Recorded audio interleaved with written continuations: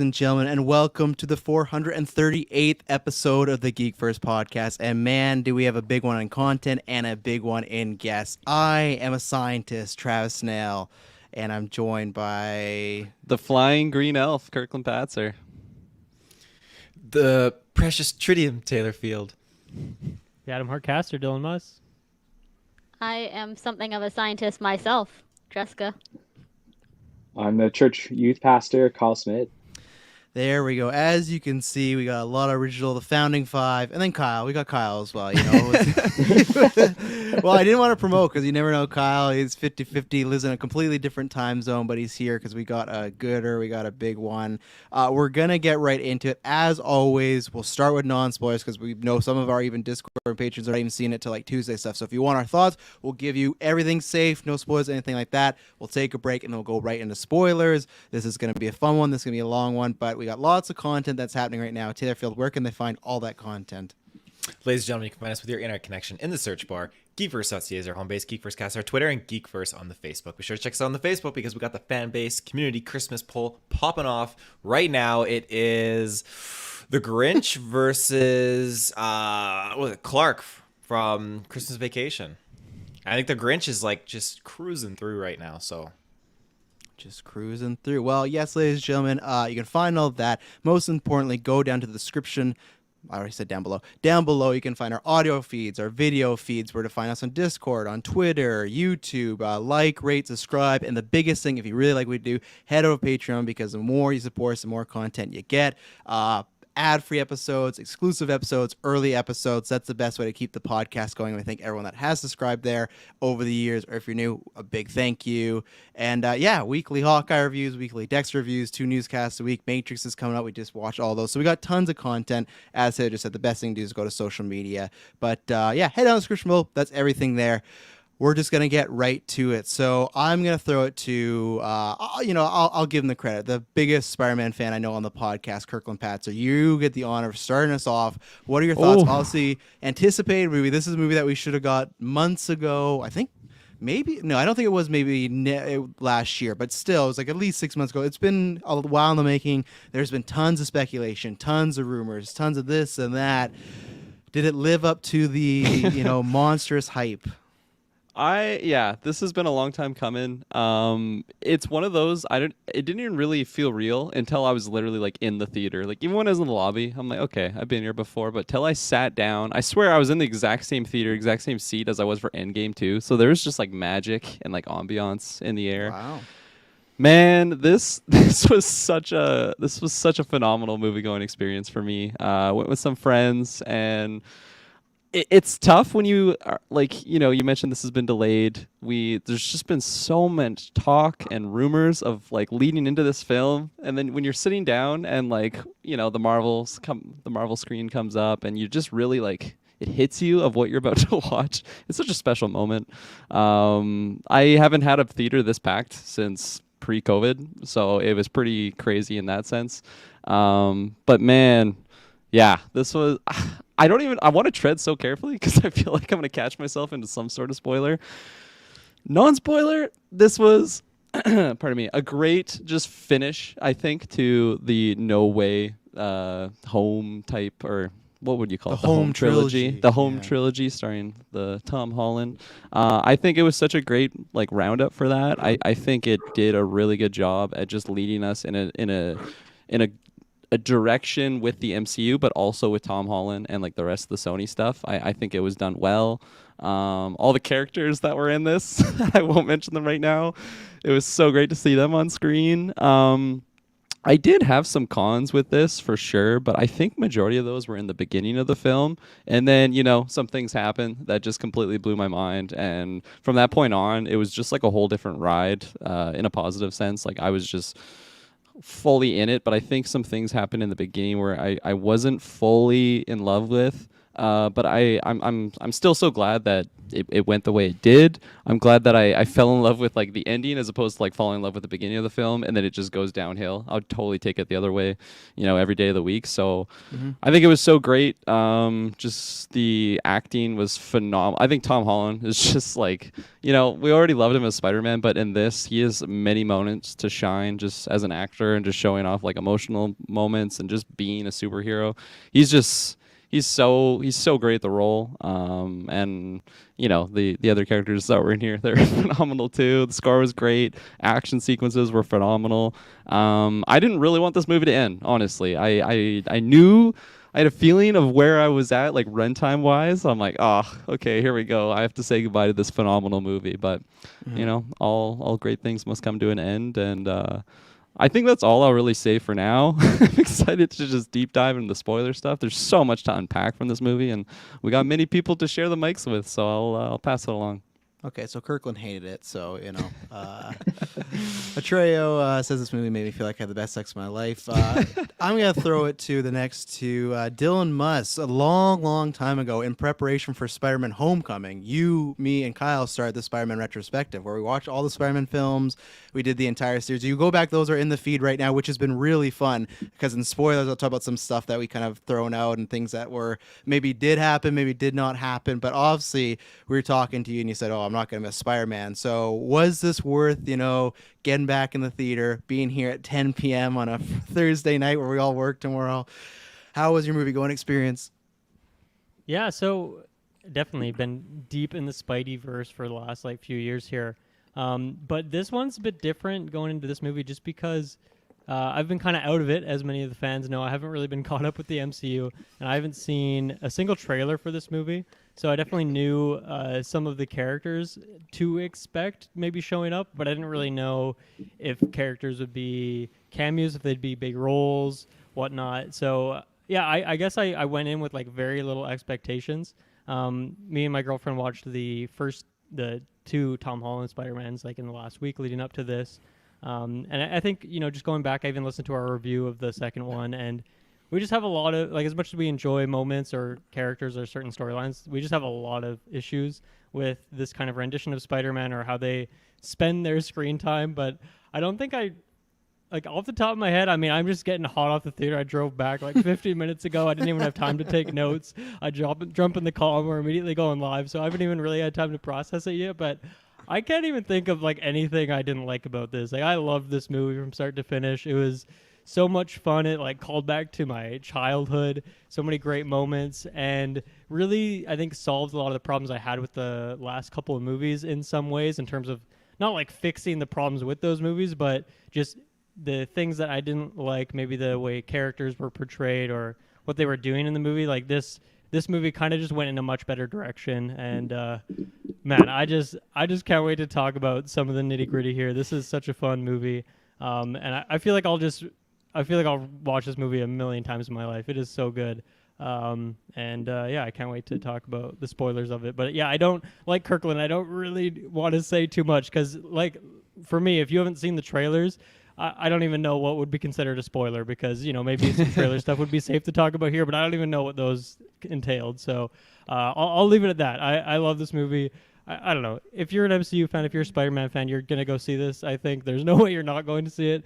But if you were hesitant for some reason, go see it. Yeah, just go and then come back later to listen to the review. You hadn't seen many of the trailers. That's awesome. I know one time we talked to you that you've seen one. That's a fun experience right there. Yeah, the most I saw was I watched the Tom Holland on Hot Ones episode that came out a few days ago, and there was a 5-second clip of one of the characters doing a thing, and I was like, no, I don't want to see any of this.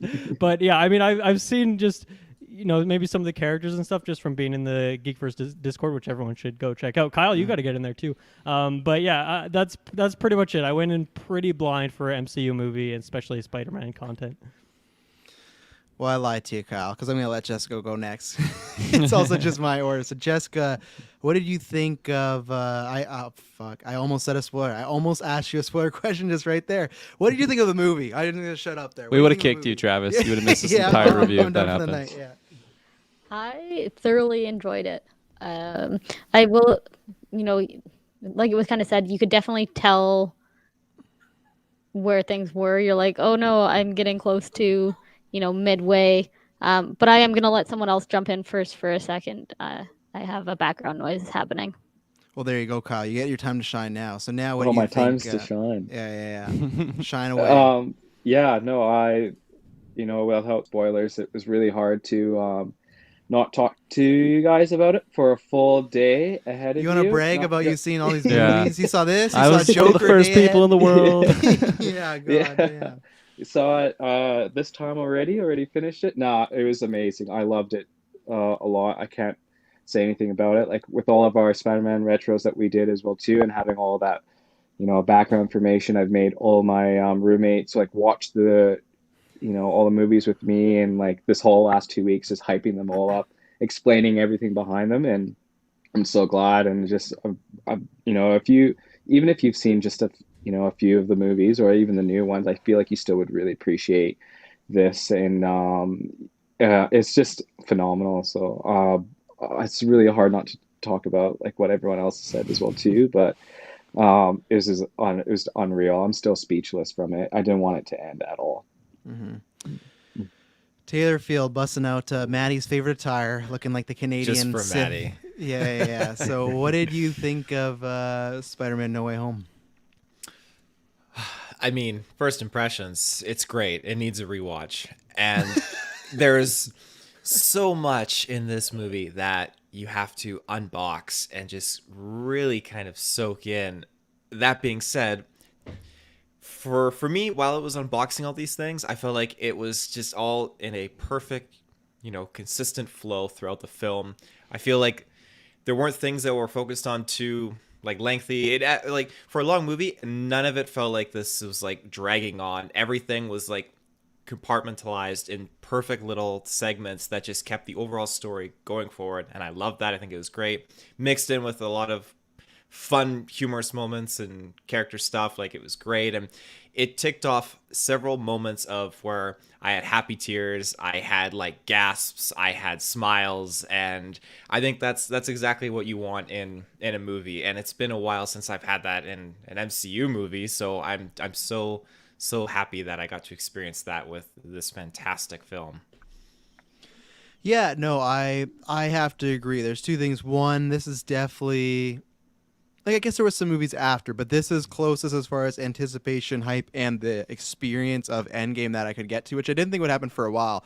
But man, was it great to be in a theater and literally was just surrounded by people and like cheering and clapping and just like I just get off on that. It's just so much fun and just that group feeling. And man, I'm just so happy that's back. So that's why this movie always has a special place, because it kind of was the return of that, where I've seen other movies, but it was like limited capacity or this and that. But either way, so that was special. And yeah, this movie, it's funny because I got Endgame level hype today just because, people are seeing it and getting really excited. But there's also people that aren't even the biggest MCU fans like, oh, I love this movie. So it's like, okay, because like Dylan referred to, the last Spider-Man movies, I've enjoyed them, but I've always had kind of like some massive problems. Nothing where it's like, oh, this movie's trash, but just like, oh, I don't know why they choose to kind of zig instead of zag, right? And I feel like there's times where I've just been I've wanted to be like, oh, this is a top 10 MCU movie from a Spider-Man movie. I just never got that, and I can easily say this is that. This is the best way I would describe this is it's a movie version of a roller coaster. The best ones, like no kids are throwing up on anything like that. It's just such a good time. It's relentless. It does not stop. It moves very fast, but I appreciate that, because there's times where like, okay, we're gonna have to wait like 20 minutes till this happens. Like, no, we're getting right into it.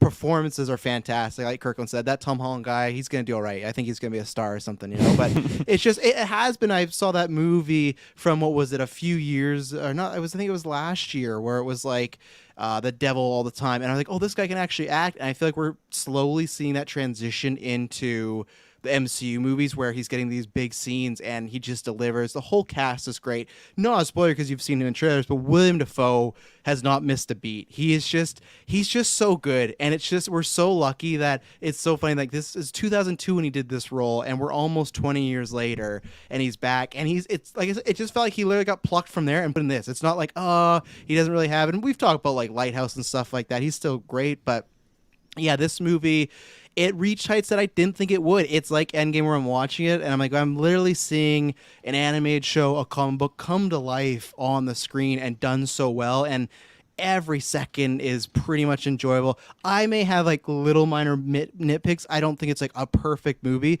but those highs are just so rapidly high, you don't really care. Like you really Yeah. don't. Like, and that's where I think when we've talked about the other Spider-Mans where there's been bigger problems, and that's where they kind of build up, where this is just like, or even the highs are like, oh yeah, that was good, but just didn't reach that level. There are moments like this that reach like a Dark Knight level, a Logan level, an Endgame level for me, where it's just like, and my favorite thing about that is so many of the moments are just dialogue or characters talking. It's not just the spectacle of like, look at this great CGI and action and there's blood. And no, it's just like we have different combinations of characters talking. And yeah, it was a fantastic time. And this is one that I'm seeing again this weekend with my sister, and can't wait to see it with her and just to see it with the crowd again. But this is a go-to, kind of like what Dylan said. Like, this is when it's on Netflix or Disney Plus.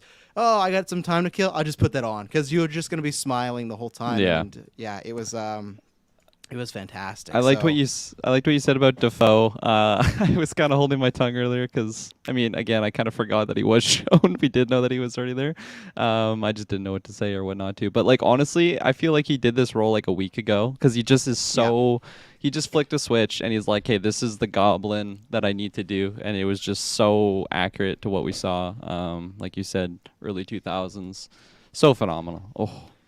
Let's see. I'll share some of these while Jessica gets back to the non-spoiler thoughts. Fanboy players, I've always been critical, emotional of these movies. Holland killed it, but I may even have a hot take that even Snail may agree with. We'll see. And here's another one that SBub says, I've seen Raimi fanboys today saying they like Holland now, so I know it's good. And that's a good thing with us. I don't think we ever said we dislike Holland. We just kind of like had some issues with the movie. But Dr. Derby says the movie was better than Endgame, possibly better than The Dark Knight. I'm considering it. Have to see it again. Wow, that's pretty good. All in the Game says it won't be on Disney Plus.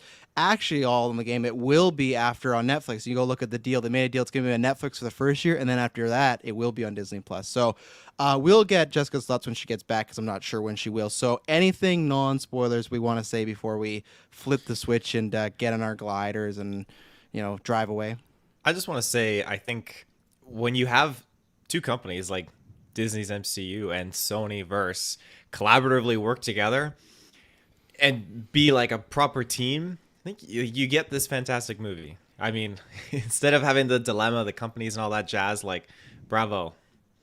Don't give them any ideas. Like, they knocked this one out of the park. But no, it is impressive to see. It is impressive that both, like, there's two separate studios that did this movie, right? And I think we've talked about that before, is even the other movies could be such a disaster. And the fact that, especially this one with so many moving parts, and it works so well, I think, for both sides, is pretty good. So One thing I'll say, non-spoilers, and we can talk about the specifics in the spoilers, but the soundtrack in this movie is fucking amazing. Yeah. Like, there's so many callbacks to specific themes from other characters that we know and love, but even just like the minute-to-minute stuff of Spidey flying or not flying around, but webbing around the city, the fight scenes that kind of culminate the emotional moments. Like, the soundtrack is unreal. This is one of my favorite like movie soundtracks in a long time. It really stood out to me, and how just the range that they were able to reach from like the lighthearted scenes down to like the scenes that are going to make you cry. yeah, I agree 100%, because that's been a complaint of mine with the first two movies, that the score was always, I felt, a little lacking, especially because like I feel like all the other Spider-Man movies and the games, they've always sound so good.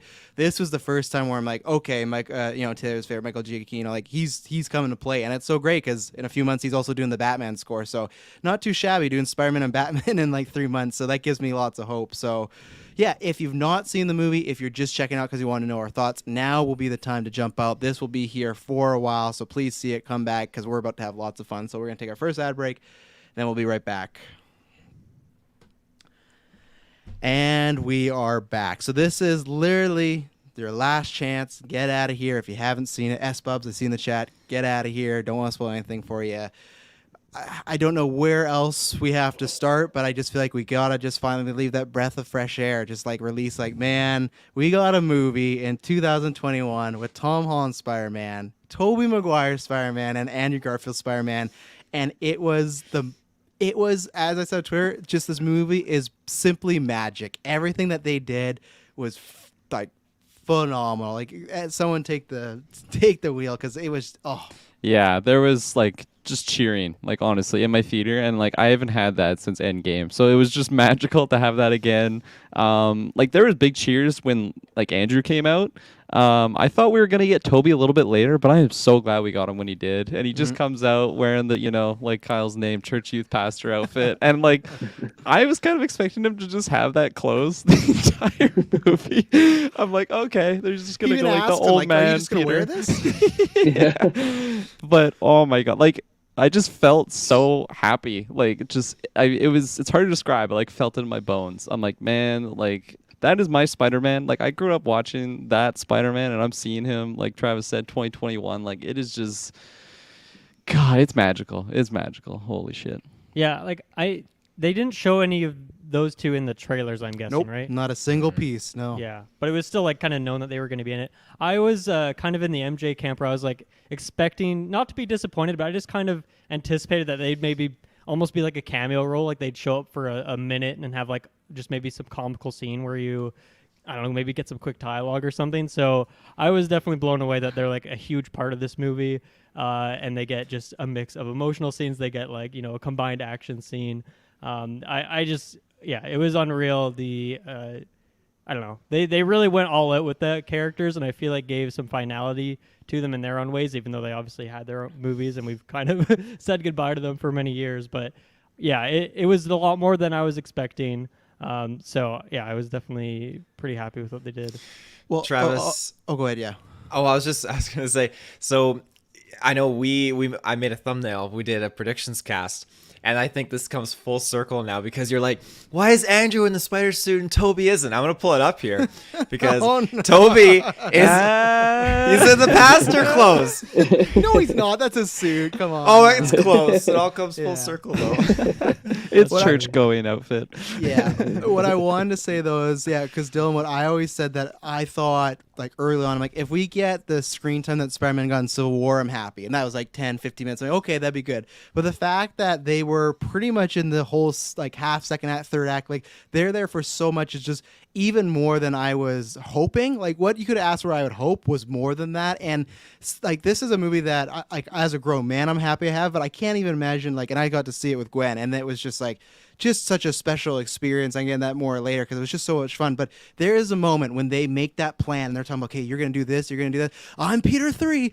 When they jump off the building and they're all like wooing and cheering the whole time and they're spinning off one another and doing these combos. And when they land on the Statue of Liberty's head and they're all posing, that's something that, and this is where Watts, Feige, Pascal, the whole team, this feels like fans, and they probably are fans, but fans made this movie. Like that feels like something we would have seen in a fan-made trailer or something we would just dream. Like something I feel like, and that's why I'm referring back to the retro. There's when me, Kyle, and Dilmer did Spider-Man 3, we talked about, man, wouldn't it be great if they did a movie all three? And we talked about, and it just sounded like such a pipe dream. And like, but this movie, like this is a thing that actually exists. And that scene when they jumped and they're making Spider-Man cheering noises, like, oh my, I was just rocking back and forth. I was like, I can't believe this is real. I can't believe this is real, Yeah, that scene on the head, I was like trying to hit the screenshot button. I'm like, I want that as my computer background right away.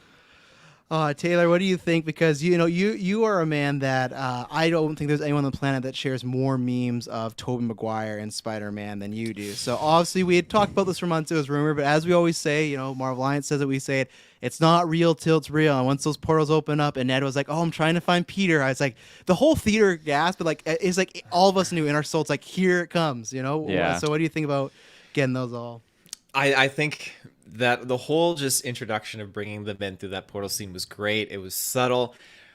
The whole time playing it on my head, I'm thinking, how are they going to execute this? Is it going to be at the end with the Statue of Liberty and Tom Holland's like about to lose MJ, and then one of them like comes into a portal, appears, like saves a day? Like, no, it was just calm. It was done in a humorous manner that just you could like laugh happy tears at this, because you have Andrew Garfield just popping in where you thought it would be Tom Holland, and then casually you just have Tobey Maguire stroll in there, and he's just like, he's so friendly, like, oh, hello, to like just Ned's like relative. Like it's just so it's so good. And like Andrew Garfield's like cleaning cobwebs out of the corner of the ceiling. Like it's humorous. They're so calm about it and chill, and just kind of like, I don't know how to explain it. It's like walking into a room with some good like friends you haven't seen for a while, and you just hit it off. It just is a good feeling. It's like chicken So- soup for the soul. And like, cause they all, that's the best thing. Like they all felt like their versions. I know some people may be like, oh, well, of course they would, but it's still like, there's a difference of, again, even for Toby, it's been many years. And it's just like, he's still that dorky type of Peter Parker, right? And then even though I'm not even the biggest fan of it, like it worked in this movie because they're different. Andrew Garfield's still that cooler kind of like hipper Spider-Man, you know? And at the time when I'm watching the Amazing Spider-Man movies, like, oh, I don't know if I like this type of Peter Parker. But when they're all mixed together and you get to see them bounce off each other, very similar to Spider-Verse, it's like, obviously they weren't thinking this all the way back in 2002, but now doing this, it's just so perfect that they all are very different, you know. And they never, what I liked, they never overshadowed Tom, you know. They all like, they made it feel like they're really a good unit, and it still was Tom's movie, but I was always worried, like, okay, when they come in, is it just going to be the Toby and Andrew show and we're not going to care about Tom? And it was the complete opposite. They like elevated them together. And to me, the best scene of the movie, this is what I was referring to in non-spoilers, is literally just right before the battle when they're sitting talking about web fluids. Hey, what villains have you guys fought? Stuff like that. It's just like, it sounds like us talking. And That's your Age of Ultron, the party scene equivalent. 100%. It's just them chilling out. And literally, if they say, hey, we're going to do a sequel to this, and it's just going to be them hanging out for 2 hours, that's all I want. Like, and the web fluid, we said for months, if they did not do that web fluid joke, they're idiots. And the fact that they did it multiple times, like, oh, does it come out of places? So, Kyle, because now you're back, what did you think about the Spider-Man officially coming back? Oh, it was unreal. Like the whole audience was cheering. Like, you know, like Andrew Garfield got a bit of a cheer, but then as soon as Toby came out, it was just like the whole like audience just going insane. It was just like hooting and hollering. It was amazing. It's just so nice to see everyone like all together, and just I felt like my childhood just like was reborn, and I felt like I was like 10 years old again. I don't know, like I can't even express that feeling, and it was just so good. And just like the way they all interact with each other, and just like the scenes that you guys have just mentioned beforehand, it was just awesome just to like, you know, like you always thought like what would each other would say to each other, what would they say to each other, and it was just sweet to like have that conversation and just be so open. And I knew we knew it was going to happen, but like to actually like see it like fulfilled, and then like go above and beyond like what was, you know, the expectations, or I guess that I had, was just unreal. So I'm just I'm speechless, really. Like I'm still riding the high. Well, Like, and one thing I'm just surprised, because Tom Holland said this, and like, I don't know how it's not a spoiler, but he's like, oh yeah, me, Toby, and Andrew were in a group chat together.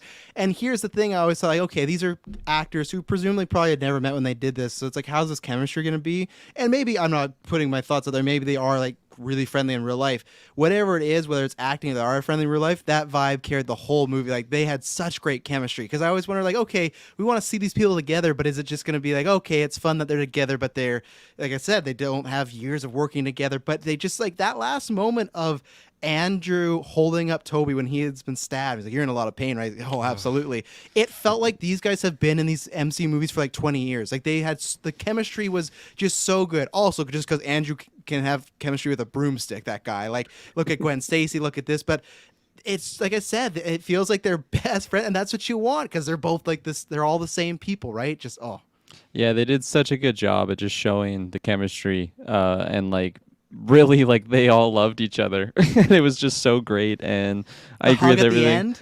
It that was hug. it was bringing me to tears. And like what you said there, Travis, how like I was a little worried that if we saw Toby, we might just kind of forget about Tom Holland, but they did such a good job at just really like distinguishing each rendition of the character, and they stayed true to their version of the character. Like Andrew felt like the Amazing Spider-Man, Toby felt like the OG Toby that I know and love, but like, you know, he's not as young as he once was. So I like that they showed like the wisdom that he's carried, like just by being the oldest Spider-Man there.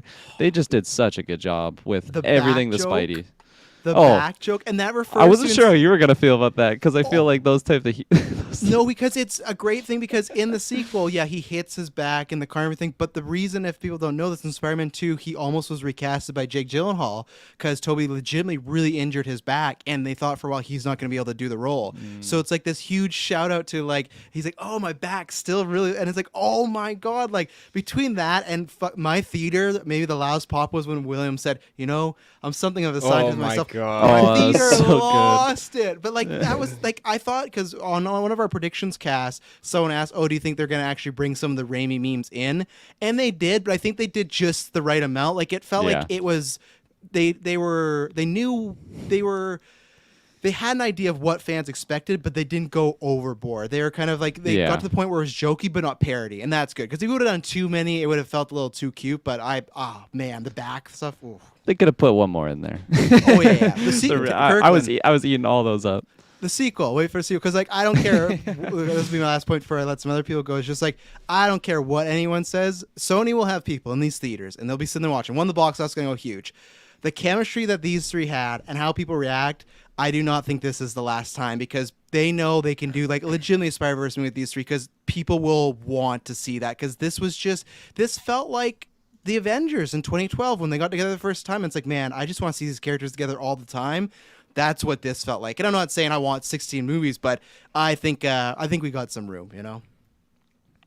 Absolutely. I'm not going to ask for too much of a good thing. I'm gonna let this simmer for a bit.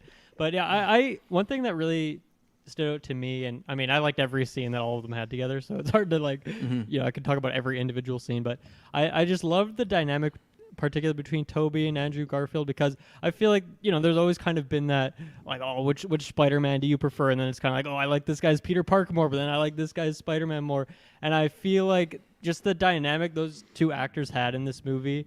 Where it really felt like just like this unified performance in a way, and it kind of just like any of those battles those trivial battles of like, oh, who's your favorite? I just feel like they kind of just melted away, and they worked with each other so well, and yeah, I think the dynamic between those two, like they just had even more chemistry together than with Tom, and I think it's because Tom's doing 100 other things when he's got his other people in there, but yeah, I think just.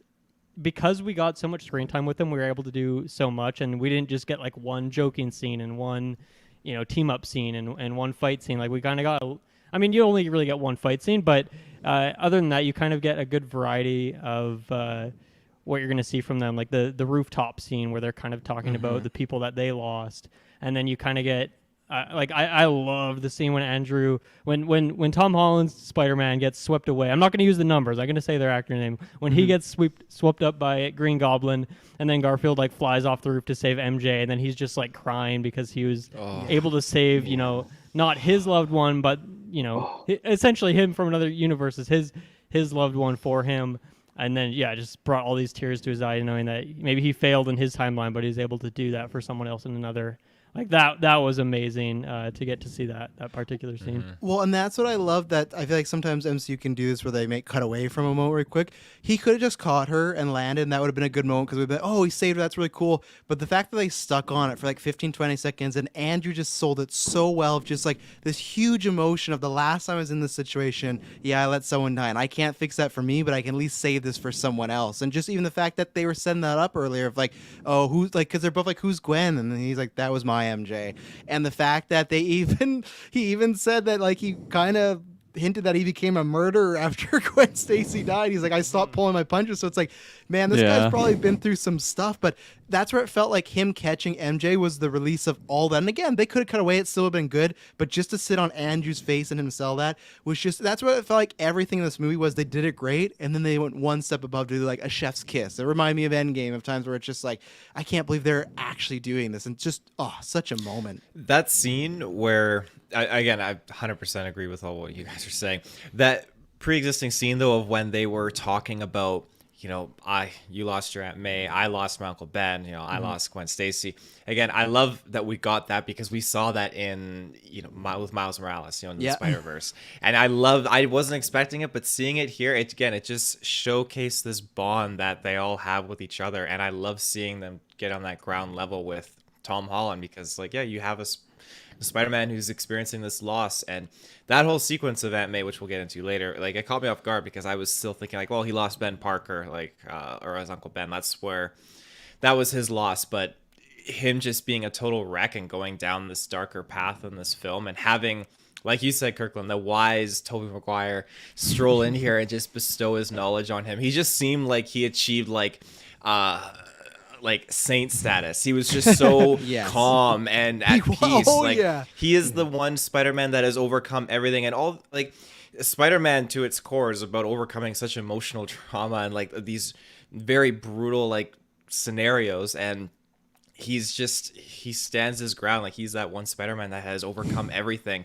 Each movie for him was a different challenge that he's overcome, and it's incredible to see him bond with Andrew, and then Andrew kind of bounce that back and what he's learned and the tribulations he's overcome, and then they're bestowing that onto Tom. So Well, I love that. To me, Toby felt like the dad. Andrew felt like the wacky uncle that always comes in, and then Tom Holland was the son, and that's what I love. That they're the same person, but they had such a great dynamic playing each other. And another standout scene for me was the science scene, because one, you always play up like Peter Parker's scientist, and he's smart and all this stuff. So, and it's great too, because with Toby, we didn't really get to see that. So it's cool. We're getting to see even new shades of him in this universe. They've established he's smart, but he's doing experiments, and he's like, "Oh yeah, I've been working on this Oscorp serum for a while," which I want to like, why has he? Does that mean there's just other goblins going around? And they gave us little pieces of like their canon right now, because he, like I was showing Clay's line of like, and Toby just with that delivery, like, "You were Avenger, that's great. What is that?" Like his just like nonchalant, like just oblivious to what's going on. But Andrew at the same time, when they said, "Oh, you're using magic," and then he goes, "Oh, you have magic too." So again, that establishes stuff that didn't happen in Andrew Garfield's movie. We never saw magic. So it's funny that they added some stuff, but they didn't. But with Toby, it's just that science scene was so good. About Peter, "Oh, I'm Peter. I'm Peter." Well, Peter Parker, "Well, I'm Peter." Like, it was just, and then even the Ned supervillain line of how he's learning about Harry and all this stuff. Like, I think one of the So best good. things this movie did was like Endgame, where you look at something like Thor: Dark World, where it's not the greatest movie. Everyone memes that's the worst. But know what they do? They still make it a part of the canon. They still go, "Well, it's part of the family, and it's part of the story, and we're going to use it." The same thing, like, the Harry turn in Spider-Man 3 is not really that good. But, like, you know what? It's part of Tobey's story. We're not going to ignore it. He even mentions Venom. Like, he even talks about Venom in this movie. So it's just, like, I love that they didn't go, we're going to ignore the stuff that people didn't like. Like, nope, we're going to use it, and we're just going to adapt it the best way we can. And I think they knocked that out of the park. Yeah, no, 100%. I think something you guys kind of already touched upon, but I just wanted to really emphasize, because they did such a good job with it, was just like the similarities that each Peter shared, because they're all the same people. They just had different versions of the same sort of thing. Like specifically when they're talking about like they lost their Uncle Ben, and then he just went through like the Aunt May perishing, and like Tom Holland, he's very emotional, and he's just like straight up like don't tell me you know what I'm going through here. But like then they found the middle ground where like they literally have gone all through that, and then Tom's like really upset because he's like, she just died for nothing here. And then again, I'm just gonna start calling him like Peter the Gray, Tobey Maguire. He's all this wise version of Peter Parker, but he's like maybe she wasn't, because like they're just seeing the similarities that they're all going through a different version, because they're obviously not the exact same person, just different multiverse. And that happened a couple times, like whether it was the scientist scene, like just all of like them comparing like their own similar routes. Yeah, no, all of that was phenomenal. Just basically any moment the three were on screen, I was eating it up, and it was a 10 out of 10 movie for me, like specifically for those scenes. That's why like earlier on in the non-spoiler section, I was saying I had some issues with the early parts of the movie.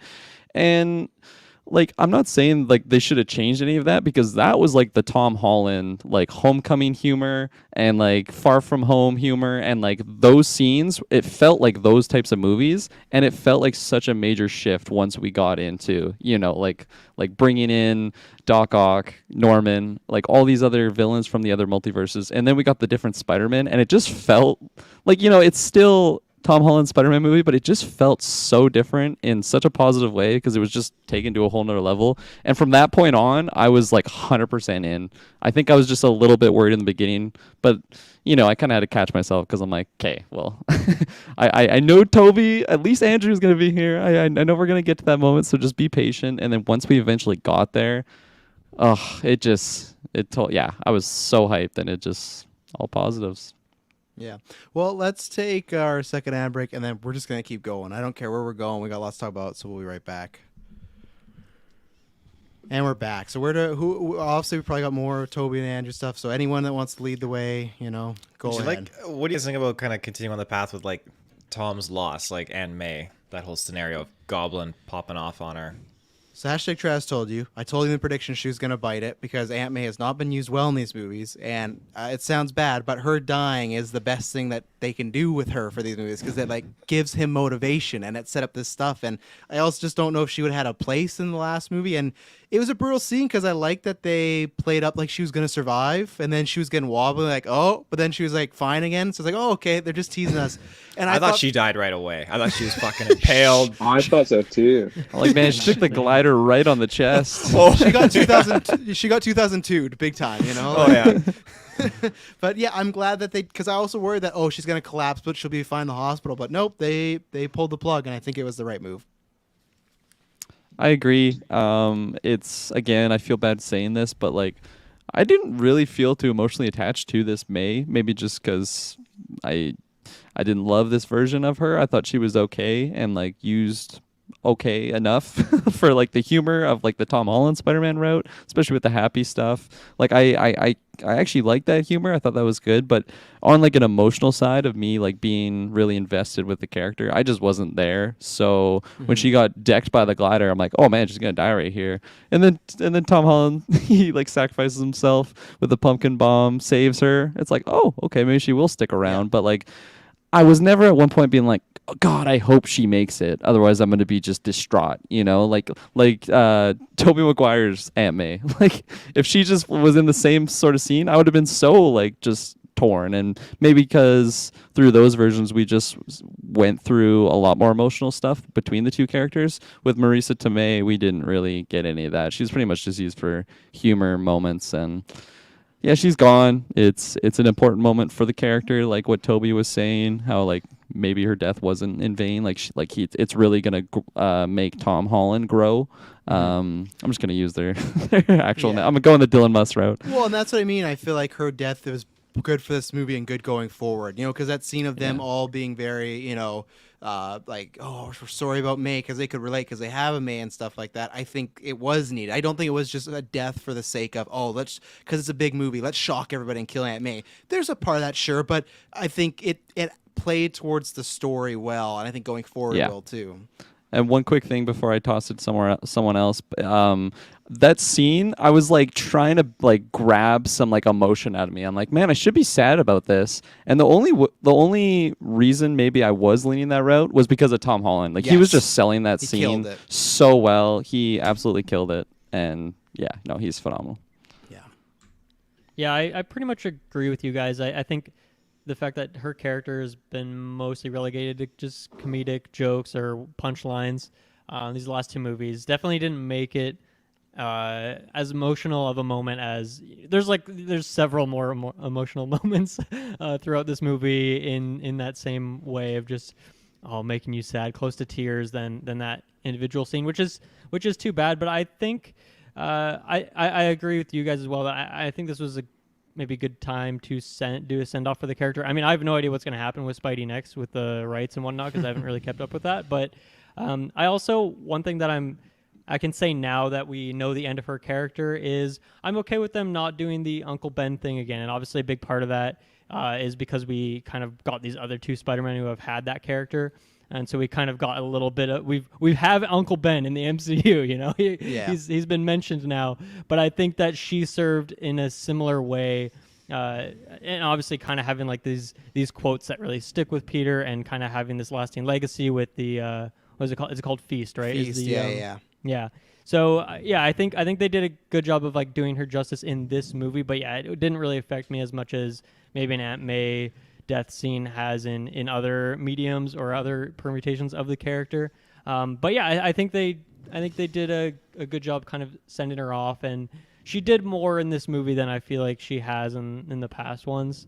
I mean, not too much more, but there's also so much going on that I think they kind of allotted the good amount of screen time to her, and obviously it's like the impetus for a lot of what goes on for the rest of Spidey in this movie, and having this scene, especially at the very end, with Green Goblin when he is like losing control and just wanting to kill this guy.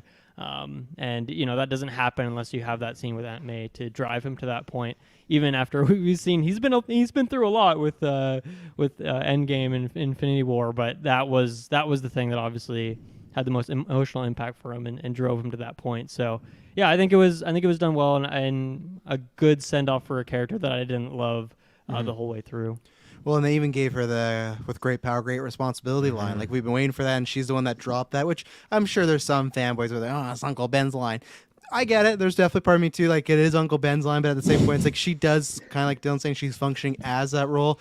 I don't actually know what the fuck happened to Uncle Ben. Like, I'm sure he did die, but it sounds like, because I was expecting when they zoomed out on her grave, it was going to be May Parker and then right beside Ben Parker, but no, he's just, I guess, buried somewhere. Like I wonder what happened to Ben Parker. I know he probably just died, but they use Tony and now probably Aunt May as more because like they were talking when the other Spider-Man, which I loved, when they were up there and Tom Holland was talking about May dying. Toby actually had like tears in his eye while he was talking. He didn't need to do that, but it was just so great. But I love when they're like, yeah, we lost people too. Like, I lost Gwen and I lost Uncle Ben. And I'm like, oh, this is going to be the moment where Tom's like, yeah, I lost Uncle Ben too, but he never did. So I'm sure it happened. But they were talking to him like he had never lost Uncle Ben. And it was, I don't think Uncle Ben ever existed in this. He does? He just looks at Toby. Who's Uncle Ben? But he has, because in Homecoming, they mentioned that something happened to Aunt May. Like, I guess not 100%, but they say like she just went through something really like traumatic, and then it's like never mentioned though that she was like married or anything, right? No, and then in Far From Home, the only thing he has is Ben Parker's suitcase because it has his initials and everything. So I don't know. I forgot about that. Okay. Yeah, like he's in this universe. Maybe he's just a deadbeat uncle. You know, like he fucking just left. He peaced. He's like, I'm out of here. This Peter kid's just too much for me and stuff. But on response to when you said like the fan base getting kind of like upset about her taking the great power comes great responsibility. I don't think people shouldn't get too mad because you literally got the 3 Spider-Men all saying it to each other, which is like that's pretty damn awesome. Oh yeah, and like Dylan was saying, what she had to do. I love at one point before her death, she decided she was just gonna go toe to toe with Goblin. She picked like something from like the roof or something. It was like some piece of metal, and she's like, I'm just gonna mess this guy up now. Bad move. You don't, especially out of all people's Defoe's Goblin. Like, I can't wait to talk about him. But Kyle, what did you feel about Aunt May? She met her unfortunate passing. He's lost Tony and Aunt May all within a year. So it's going, and really his friends too. So it's a really tough time for Peter Parker. Yeah, so actually I didn't expect her to die, so I was pretty surprised that they went that route, just only because they've just been playing her up as this comedic role, as you guys said. So I was like, oh, is this just going to keep going? And this is just what, like, you know, kind of that Tom Holland Spider-Man universe is kind of about. But I think it was good that they did and just kind of slowly set it up and not put too much, like put a little bit more emphasis on what they've been doing with her. Because obviously, like you guys said earlier before, like they haven't really done much with her, so it was just kind of a better send off for that character, and then also like definitely you know, makes Spider-Man that much more better, and you know, gives him that much more reason to keep moving on and to be a better character essentially. So yeah, I was just surprised, but as soon as I saw that glider, I was like, oh, she's gone. She's got 2002. Like, see you later. And I was like, I watched it with a friend, and I was like, oh, this is it for this girl.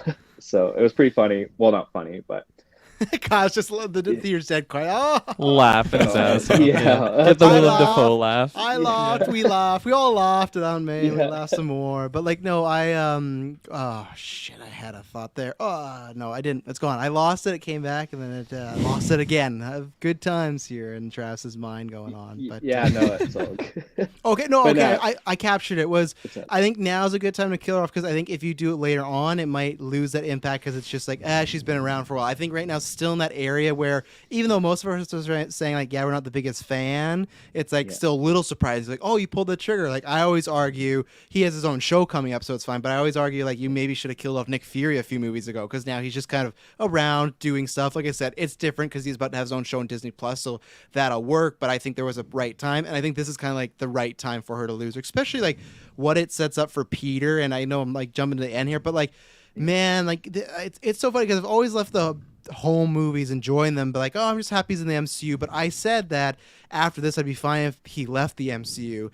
I really don't want that, because I want Feige to produce this movie and whatnot, because the fact that we get set up, he has no Aunt May, no one knows him, so he's living, when that guy was asking for rent, fuck, I thought we were gonna get Mr. Dickovich. Oh, I yeah. I'm like, oh my god, it's coming. But like, even the apartment looks similar to what Toby had in those movies, where Yeah. it's very dingy, like Go the get him, door lock's Tiger. not working. Yeah, and the fact that he has no Aunt May, he has no friends, none of the Avengers remember him, and he is living in a dingy apartment in New York, and he has nothing. So that whole, like, all the problems I have, like, it's just always he can just lean back on the Tony Stark gadgets, this or that. The fact that he had to sew his own suit is like, my goodness. And man, that was a good looking suit at the end. I loved it. It was very bright, but I loved that it was just like, it looked like he kind of took the two suits and his and like all, like he was inspired, and I just loved it. And this left me like, man, I do need to force Spider-Man with Tom Holland right now, because I just like, I love that, like Clay was mentioning, other people, like Spider-Man is the best in comic books and shows when he's down and out, when he's depressed, when he's sad. And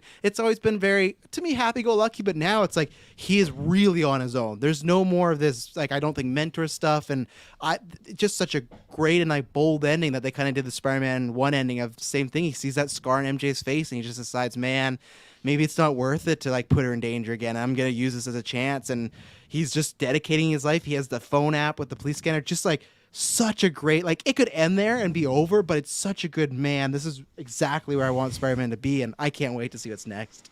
What you laughing about, Kirkland? You just covered everything there. We can end the review now. Go. No, Yeah. I just very quickly before I forget my thought on Marissa Tomei's May, leading up to like you shouted out when she was gonna take on Goblin with that hammer thing that she had, the new Mjolnir. I was just like, man, she's really getting included in this. Like, she's just like in the apartment with all these other characters. Like, I just felt like she had like a much bigger role than she had in the other movies.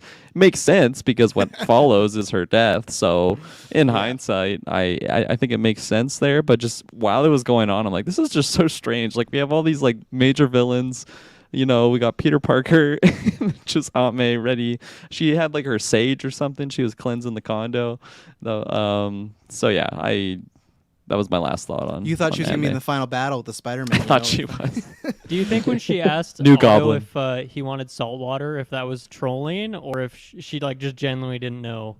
I think she genuinely didn't know, because like, you gotta think she lives in this world with so many crazy people. I don't think she was trying to think, like, is he like actually part octopus or something like that? So that's how I took it.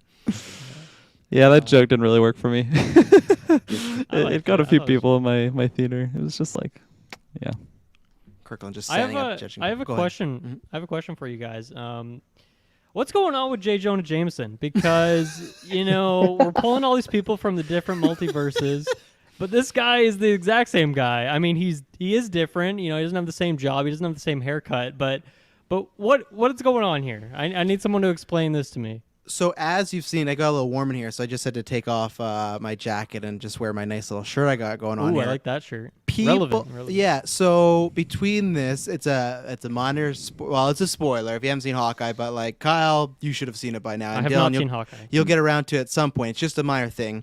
But they brought back Vincent D'Onofrio's Kingpin. He is in Hawkeye now. They introduced him. He's confirmed. He made a statement, everything like that. You have JK, and now, which we'll talk about, you officially have Charlie Cox's Daredevil in the Marvel Universe. It feels like what they're doing is they are saying these are new characters with new continuity, but we know you love the actors, so we're just bringing them back. So Jonah's not a part of any multiverse business. It's just, this is our Jonah, and he's played by JK. And the same thing with Matt Murdock. And I think they might even do it a way where they might not even Jonah. It's harder, but with the other two, I think they might not even neglect the past. They might not say it didn't happen. They just might not talk about it. It's just like, oh, this is the characters now. So Jonah's just, he's a new version, but same actor. Yeah, I mean, I guess the thing is, though, which makes that kind of weird, is that Toby definitely would have seen his face up on all those giant screens that are showing him all across the city. So I wonder what his reaction was, because that would be like kind of confusing for him too, because he'd be like, wait, like this is not the Jonah I remember, but that's definitely the same guy. So well, and that's the one that's a joke. weird implication. That's the one joke. They hit everything I wanted. It's fine because the movie's so great. But I pitched that I thought for sure they were going to do Jonah, and all three Spider-Men were going to like be around him, and he was just going to go ballistic. Because like, imagine Jonah. He already gets so worked up when there's one Spider-Man. What would happen if there's three surrounding him? Again, sequels, baby. But yeah, I would say that like I wish we did get a Maguire J.K. scene, especially because they were so good in the original trilogy together. I wish there was just a fun little quick banter, like the way they did Toby and Doc Ock when they just gave them a quick scene of just like, man, Peter, you grew up. That like a lump got on my throat. I was like, oh my god, like this is so. I wish there was something, just a quick 5 second, or like Andrew and Max, like that was the perfect little tying up to those movies. So I was kind of surprised they didn't do it. Even Toby and Flynn too, right? Like Yeah. we had those moments, and I was hoping for a JJ scene with Toby as well, but I think just the other moments that were just so great, it kind of helped me to forget about it. But missed opportunity. That's like the can of worms one though, right? Because most people are not going to know what Travis just told us of these characters being, just we know you love the actor, we're bringing Yeah. them back, but it's a different character. Most people aren't going to know that, and then it gets really weird if I don't know, they don't react how you would expect them to in that situation. So I think that is a can of worms, and I guess I don't blame them for not going for it. It would have been fun, but I don't think you can really complain about that one. It's just good to have that actor back playing the role. And I can't even, what in Amazing Spider-Man, like, is that character mentioned at all? I can't even remember. He is. So in Amazing Spider-Man 2, Peter does work for the Daily Bugle, but he only contacts Jonah through text, and Jonah will send him like Right. things in massive capitals of like, he'll be like, oh, I think Spider-Man's a good person, and he'll just go, wrong, or like, that's wrong, Right, like right, false. right. So yeah, they never casted him, because I think the same reason JK is back. I think they were scared to cast, and I think the same thing, like, well, like, JK is still alive. He's still a great actor. He just won an Oscar a few years ago. Like, why not just use him? I think it's the same thing as Vincent D'Onofrio as Charlie Cox, where it's like, if we can avoid the fan backlash of like they really want an actor back, let's just bring him back. People will be happy. So it's but no, in the Andrew one, he never had Jonah. But I like to think that it's JK there as well. It's just he's the one constant in every multiverse. It's always Every JK. multiverse. Yeah, it's always JK Simmons as Jonah. John James Jones. Jesus, Jonah James. And I guess, so I'm thinking about like the character, because when we saw him in the last one, like obviously he's kind of there as like it's not post credits, or is it post credits? It is a post credit, yeah. Yeah. Yes, I just watched it a few days ago. I should have known that. But yeah, he's kind of just very quickly in it, so we don't really know to what scale like his name and whatnot is known across the city.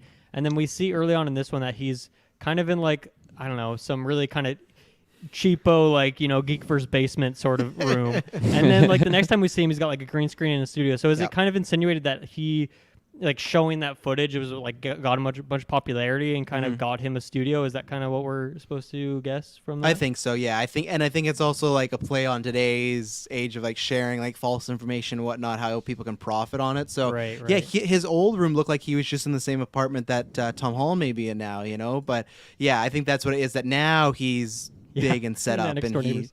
yeah. But now he's all big and set up, because that was a nice looking green screen. We need that one day. It was like big wraparound. So He looked good. yeah, he did. I still miss the old hair, but he looked good. Yeah, so I should just come out and say it. I'll take the L. I thought Matt Murdock wasn't going to be in this. I actually need you guys to clarify something here. How did Tom Holland just get off like scot-free?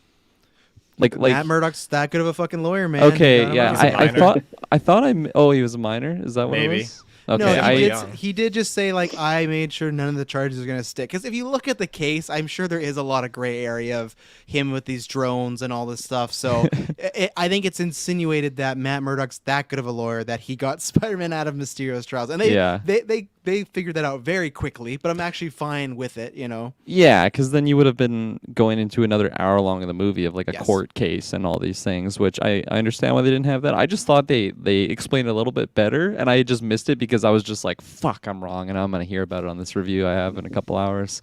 But just, I'm not mad that he was in there. Maybe I'm mad because I was hoping I'd be right on my prediction there. But, man, just to see him sitting down there with Tom Holland, like, it's just...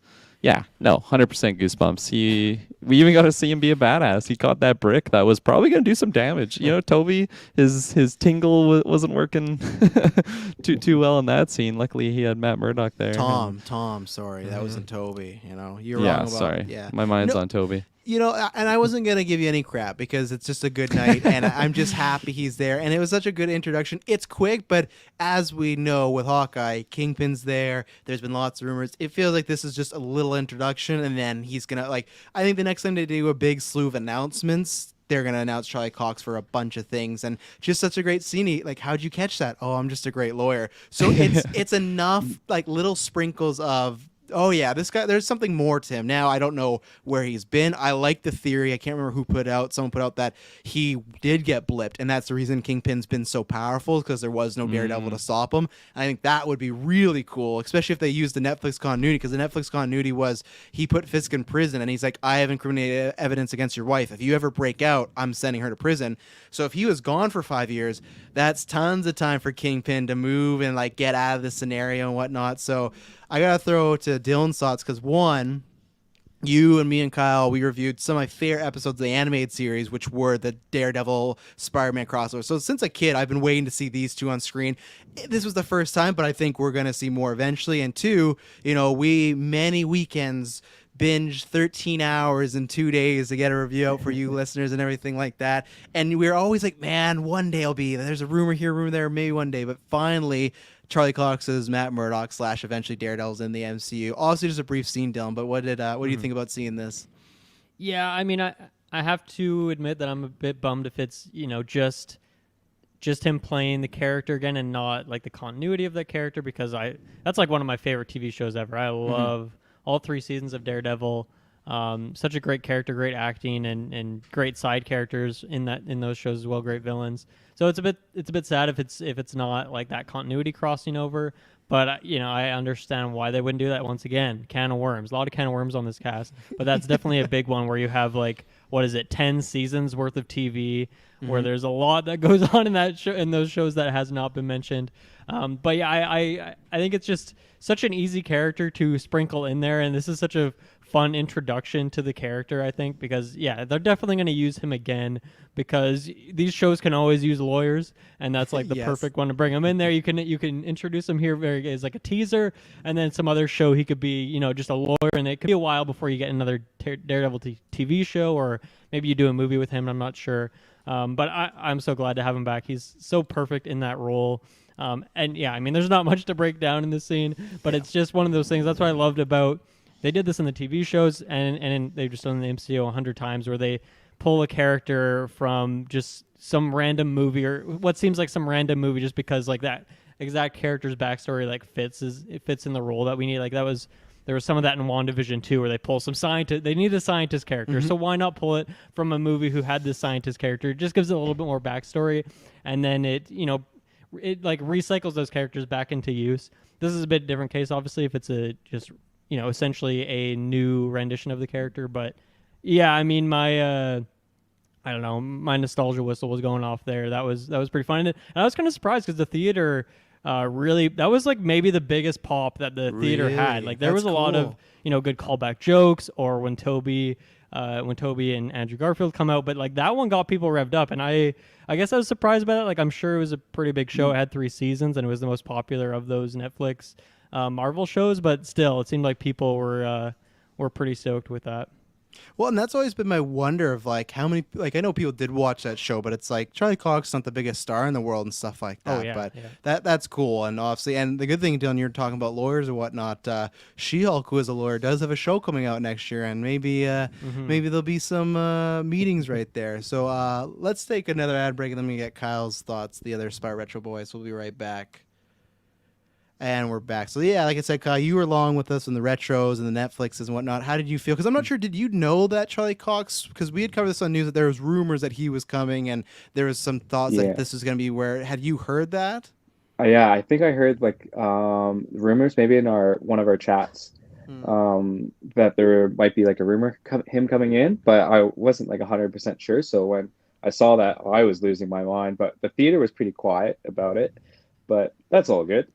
It's really as long as they're not booing, Yeah. Get that guy off the screen. That was Kirklin. I know. Yeah. No, I'm pretty excited to see him. I'm kind of surprised when you were just telling me, or that they're kind of just going him as a character now, and kind of maybe forgetting what's happened, or maybe not talk about what's happened in the past, because I feel like do they really have to do that? Is that?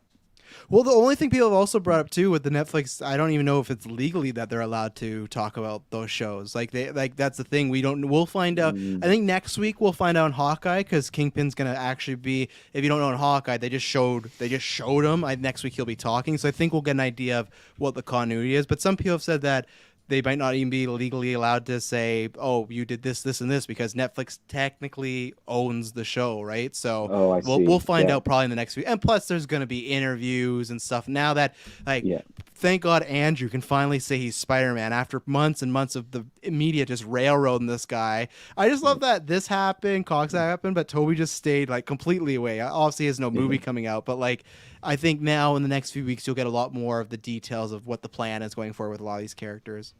Yeah, so I'm excited that Daredevil is going to be part of this universe, and that like with Spider-Man, like with Tom Holland, it feels a bit more like grounded, not so much like, you know, in the full Avengers space and all that stuff. It's just going to be like back to like Queens and just like more small town things where so just having Daredevil being involved with that, and now we can get to see these other characters from, you know, from the TV shows, which when we watched and review, like, it was just unreal to have that, and kind of more of like dirty, not nitty gritty, but just like, you know, I don't know. I think grounded is just more is what I'm looking for. That's what I'm really excited. So I hope, you know, with the MCU, like that Spider-Man, they can kind of go more in that direction, especially with Venom with Tom Hardy as well too. Like, you know, I don't know if they'll do that, but this is just my hope. But I'm really excited to see what direction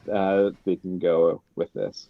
Well, and that's a good thing, because we were talking about this before with Kingpin in there. We're like, oh, at the same point, it's like Spider-Man's fighting aliens, he's off planets. Like, is he too big to be with these characters now? Like, even Daredevil, that was my worry. Like, they might not be pounding around, because Daredevil will be taking out some drug dealers and Spider-Man will be fighting Thanos, right? But now that seems like he's going to be back to, it's almost like he's starting again as like he has more experience and skills and stuff. So I think now that he might be a bit more of a street level hero, you might see that. So obviously, Taylor, been rumor for a while. We've talked about what were your thoughts on the actual reveal of Matthew Murdock?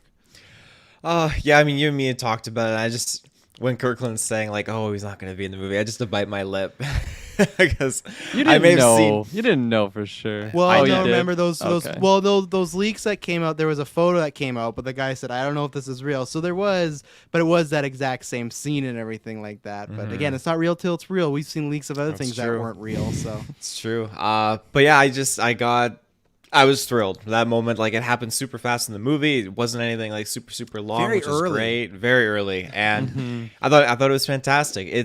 It was done in a way that, hey, the GA that hasn't watched the Daredevil show on Netflix, but maybe people that don't even know about the Daredevil show, or, you know, Charlie Cox or anything along his lines of what he's been doing in the past, you know, couple years in projects. But the GA comes in, watches this movie, all that stuff aside, just them being able to identify, okay, he's blind and he's got super good reflexes, they'll probably be able to clue in, like, oh, it's another hero. Oh, maybe it's Daredevil, and they can like Google it or whatnot. Like, I just think they introduced him so well that it just helps coax people into thinking like, oh wow, that's Daredevil, and then in retrospect, people are going to go back and watch the show like myself, and I think that's great.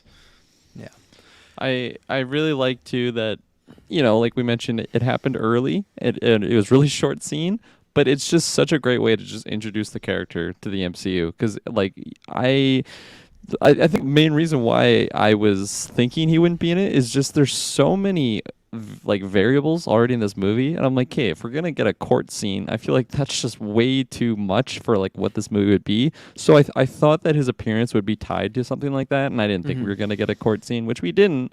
But it was still tackled very, very well, and I like that we have him now, because now we don't have to keep speculating like, oh, is he in it? Is he not? We have Vincent D'Onofrio.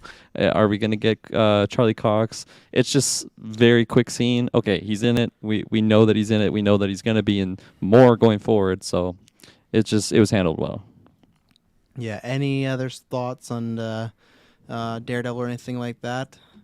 No, all I can say is, you know, we got the Spirit with Charlie Cox, you got the Father with Kingpin, and now we just need the Holy Ghost with John Bernthal's Punisher. And I'm telling you, I know it's a bit more of a touchy subject because the Punisher is a touchy character, but man, that has to be next for me. That's just like, we're in a world where that can happen, you know. So Moon Knight. Throw him in Moon Knight. There you go. It's gonna be dark, right? That was the statement. Throw him into whatever. Like Just when they- bring him and Iron Fist in a collaboration no, show. no, We're not getting Oh, Iron Fist. yeah. That's for the doors. We're not getting Iron Fist. because I accidentally cut off Kirklin earlier, and then he detoured, and then we detoured. I want to detour all the way back to Kirklin. You can start off. Where do you feel about Peter Parker being now? It's like we talked about, lost a lot of people. No one knows who he is. No Avengers access, Yeah. and he's on his own doing the kind of legitimately friendly neighborhood Spider-Man thing. It's not what I expected, but it's perfect. It's perfect way to handle the character going forward, especially like it was announced that he's getting 3 more movies, and I think we were worried about that just because the baggage that the Sony Verse like introduces to the MCU, but it was just tackled so well because like it allowed for a really, really emotional send off in a way that you didn't have to kill off MJ. You didn't have to do anything weird with Ned, make him the Hobgoblin or something. Like it was just I know. Sequels. Yeah, sequels, yeah.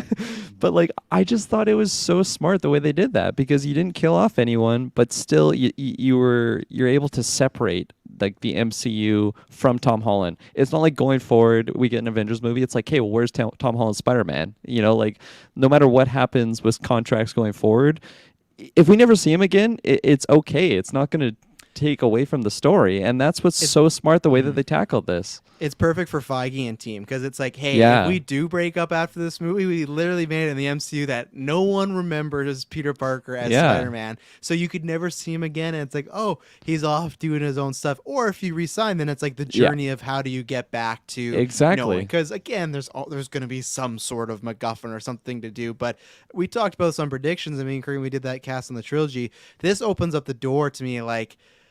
I've thought, there's no chance we'll ever see a Gwen Stacy in this MCU. We'll never see a Black Cat. We could for sure see those characters now because like That's Tom right. Holland's kind of single, right? And I think we'll get our way back to MJ, but it does kind of it closed off doors, but it opened so many. I was really glad. I was so scared when he walked into the restaurant. I thought Ned and MJ were gonna kiss. Oh And yeah, I I thought that was gonna happen Yeah, too. and I was like- Hobgoblin origin. Yeah, I was like, oh, please don't do this. Like, it's just rushed.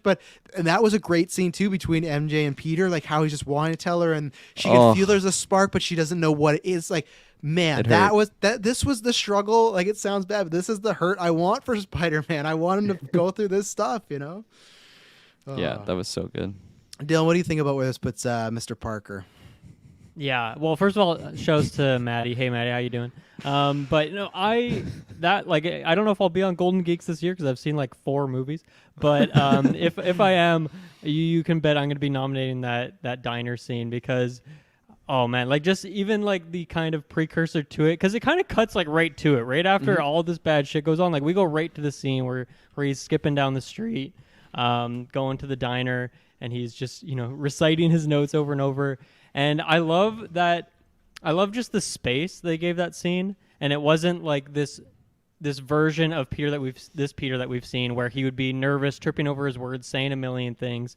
Instead, it's just like peace, and instead of him being like really torn, it's just kind of him floating, and he doesn't really know what to expect. And obviously, he kind of has this script. He has the teleprompter, but it goes right out the window as soon as he walks in there.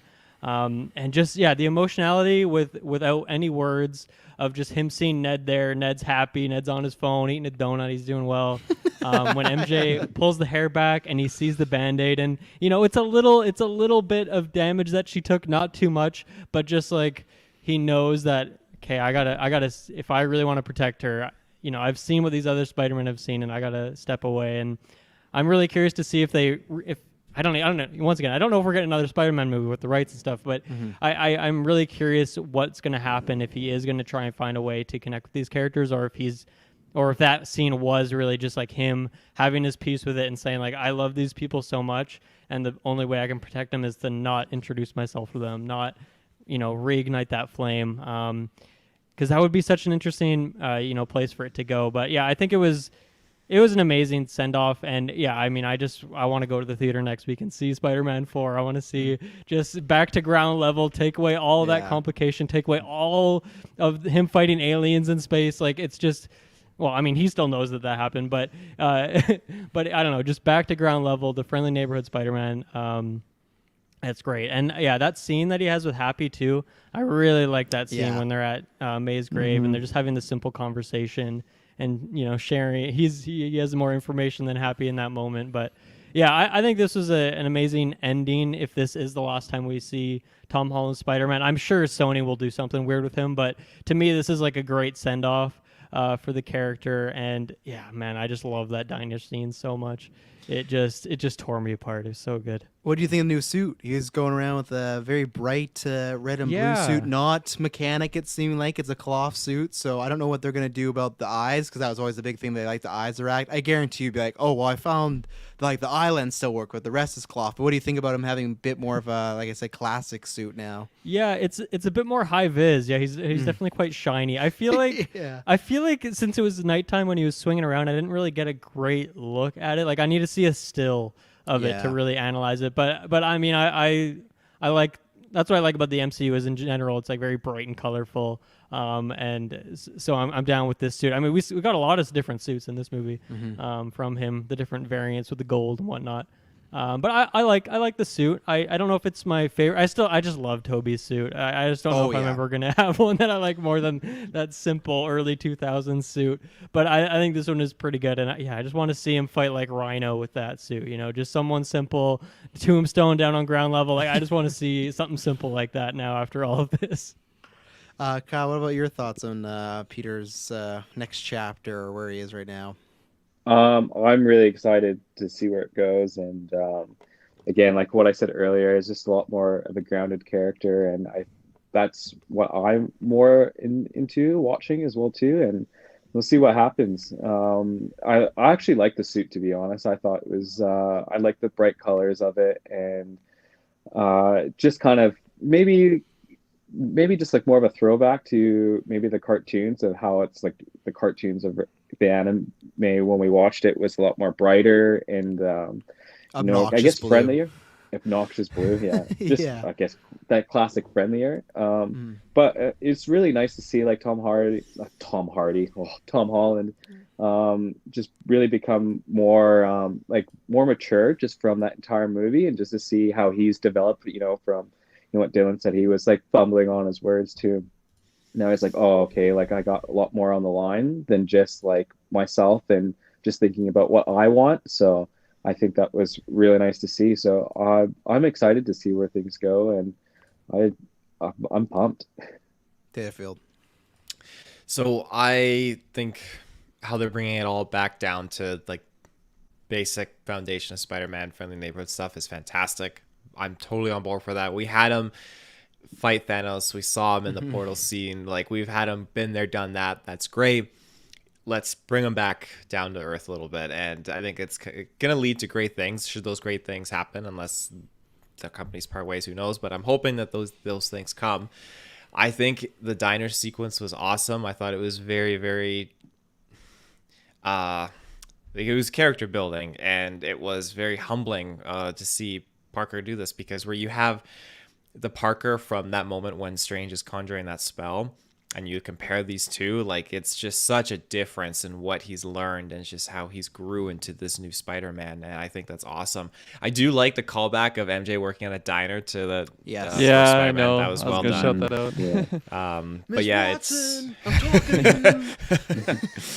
yeah, I just think it's great. It was really, really awesome. Well, I think he has a good point there too. Of like when we got that Spider-Man MCU announcement, like way back with Civil War and Homecoming, that's all we wanted, right? Was him to be in these big Avengers, him to be with the Downeys, the Evans, and stuff like that. And the good thing is, like, we got all that, and I think it kind of works too, because the MCU is moving to a new phase. Like the next Avengers aren't going to be those characters. So like, I'm not saying he can't build a connection with Shang-Chi or Captain Marvel or Yelena or Kate Bishop, but it's almost like his class graduated and he's kind of moving on, but he's like moving down. So it's like it's very much like the good thing about I liked in WandaVision at the time. Obviously got bigger, but it felt like a smaller scale story right after Endgame, when it was like the world's ending, there's stones. So it's almost like Spider-Man, where okay, we had those big adventures. So if you want to go watch those, there's like 4 to 3 movies of Spider-Man being an Avenger, kicking ass and crossovers, right? Because even if they break apart, Sony could make a Tom Holland Spider-Man movie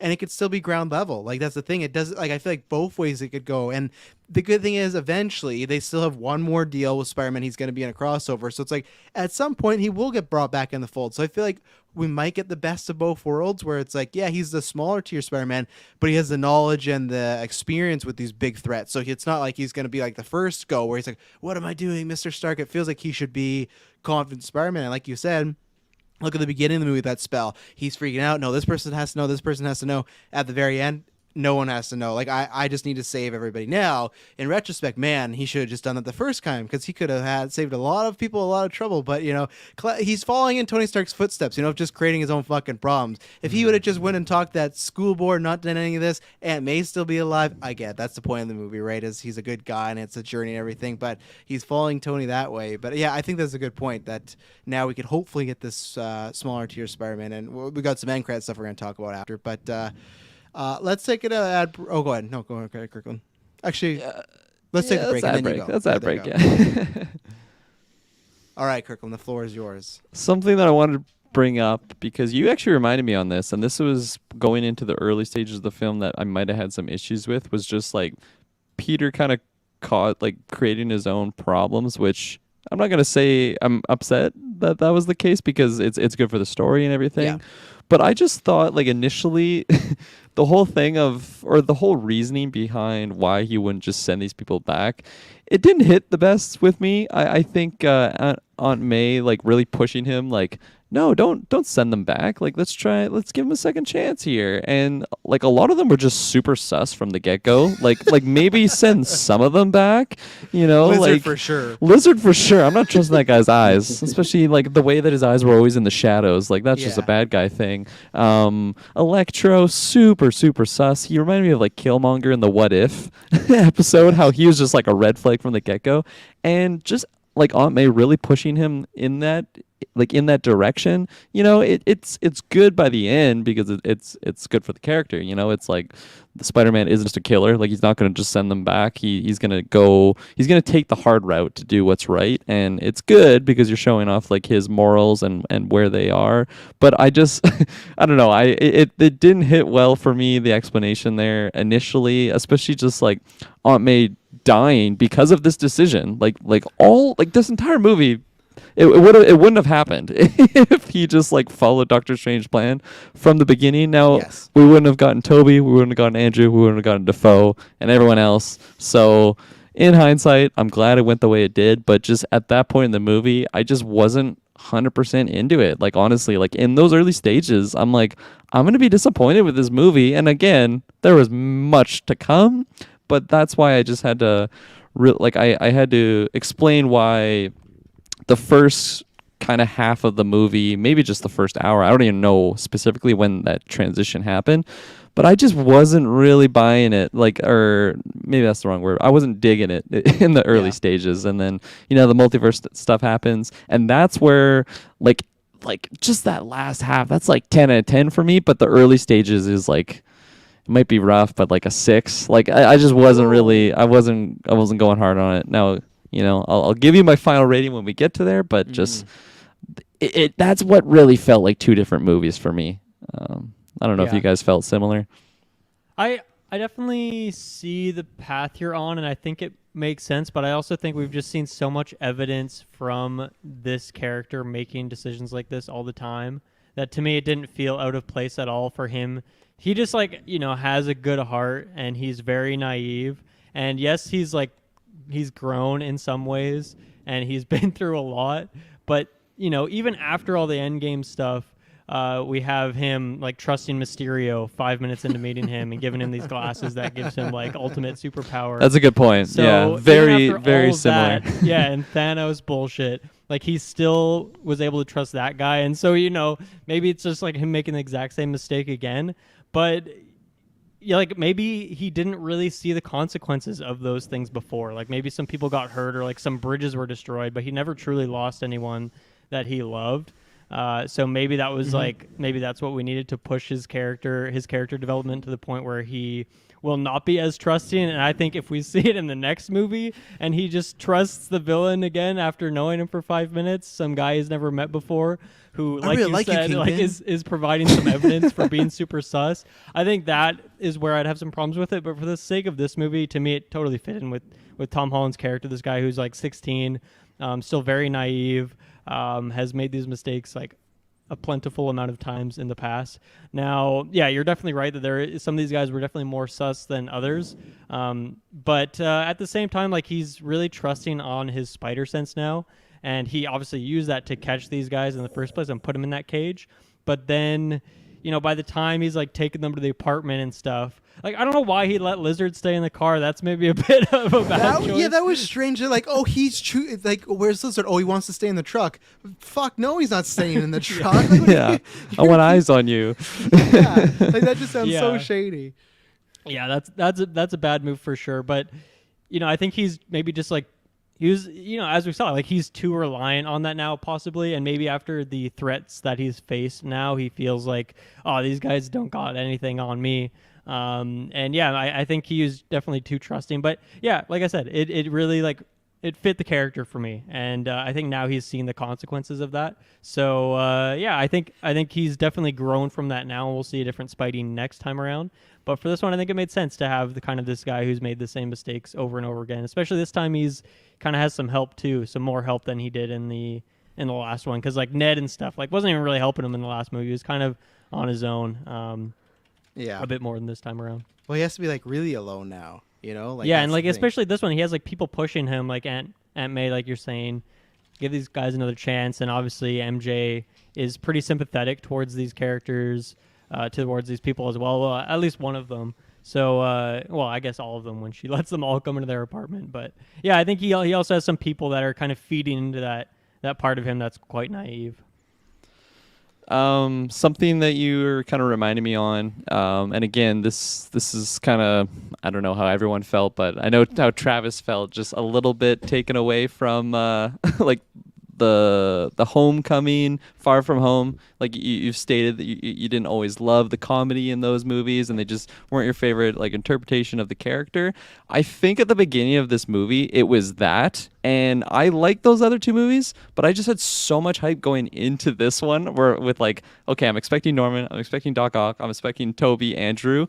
I think that's where I was actually kind of annoyed with like the Homecoming type Spider-Man-esque. I just wanted to get to the meat and potatoes, which was the big multiverse stuff. So like from someone that really liked the, like, I quite enjoy Homecoming and Far From Home, but I just like the early stage of this film, like, okay, I'm done with this now. I just want to get to Toby and stuff. Maybe it was just because I was so hyped for what was to come. See, but I don't know, I feel like it took like 15 minutes before Otto was in the movie, and then we were Yeah, kind of I- kicking I- that off. I agree it felt like that, but to me, I guess because it was there for so little, it didn't bug me Yeah. too much. Plus, you got to True. remember those are some people's fate. Like, that's their Spider-Man, right? That version of Tom, that version of that humor is for them, and it's fair. For me, it's not even the humor. It's just sometimes they just have to be different for the sake of different. But I liked it. I liked the whole.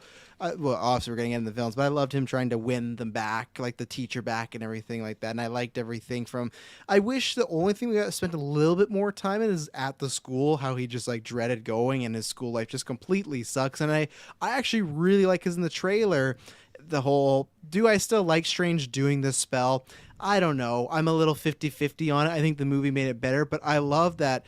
Not only was it, oh, he won't get to MIT, it's his friends. Like, they're blackballing like everyone he knows. And I thought that was even more motivation, because in the trailers, it just makes it look like himself, like, oh, I just want to be a normal kid again, which I would get. But when it was more so just his friends are starting to get screwed over for not really doing anything, just knowing him, I really liked that motivation to get him to Strange. And the trailer did some trickery, because it's so funny, because Wong, when he leaves in the trailer, he says, don't cast that spell. In this movie, he goes, just don't tell me. And another big fun fact that we got officially revealed, that Wong is the Sorcerer Supreme, so it's not Yeah. Strange. And I love that, a technicality, I was gone for 5 years. But so Agatha in WandaVision, when she said Sorcerer Supreme, she was not talking about Strange, she was talking about Wong. I still wonder why Wong is cage fighting nowadays when he's Sorcerer Supreme in Shang-Chi. I don't know why. Gotta him pay and the Paul- bills. I Gotta guess pay you the bills. Someone's that's gotta do it. That's true. He says they don't even have house insurance, but that's very interesting. And you know what that tells me, though? Because the Ancient One did say in the original Doctor Strange that the Doctor Strange will become the Ancient One. I think Wong, like, I'm not saying the next movie, but I don't like Wong's chances of surviving the next few years. If Doctor Strange in the future is becoming the Ancient One or the Sorcerer Supreme, now Wong, I guess, could just like step down, be gone. But I feel like that's almost writing on the wall that at some point that character will bite the dust and it'll be sad time. But yeah, the trailers, now there's some fun Marvel trickery there. Absolutely. I'm glad you brought up Wong because I was expecting some more explanation on the character just from what he was doing in Shang-Chi. But he like very similar, just like he had task like he was doing something, you know, He's like in this busy. one. Yeah, and also in Shang-Chi, the same thing. He was busy, he was doing stuff. Like we don't really have time to sit down and talk and catch up.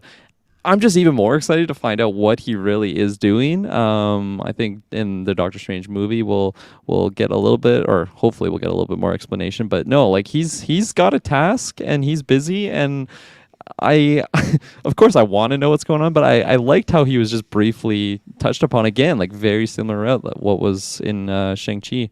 I don't know if these guys have even seen Shang-Chi or not. No. Well, and all I was gonna say about was Shang-Chi. Oh, it's on Disney Plus. You got time, but when you got time, they have some other Avenger characters in there, and it's funny in that movie he's kind of like the conduit between like Yeah. Shang-Chi, the Avengers, and himself. And it's like, okay, I guess it's just they didn't want to get Benedict Cumberbatch because he's a bigger star, but it makes sense story-wise. Like he's the Exactly. guy. He's the one. If there's someone that's the mystic arts guy, you're gonna go to him because he's technically the Sorcerer Supreme, and that'll be fun too in Doctor Strange too to be finding out what, because he was around for the past 5 years. So what did he have to deal with? And yeah, Doctor Strange. Obviously, we're gonna talk about Doctor Strange too at the end of this. We got a nice little teaser, but I think they're setting him up to have some interesting adventures and stuff. So Yeah, I haven't seen Shang-Chi, but that's interesting that he's, I don't know how much he's in it, but it's interesting they don't mention that in like even just like a passing line. I mean, I guess you'd kind of have to explain it, and maybe they didn't want to spend the time to explain it in that movie when you're going to have like bigger interactions between him and Strange and all of them in this one. But yeah, that is interesting that was kind of revealed here, even though he's been elsewhere in the meantime. Dylan, I gotta ask you because you're a big Doctor Strange guy. What did you think about Benedict in this movie? Yeah, I really liked it. I'm trying to think. I don't know if I really have like too much to say on the character. Like I like the mirror dimension like fight scene that they have, and I think it was cool that that Peter goes to him for some advice, for some help, and then he kind of just forgets that he doesn't have the time stone anymore.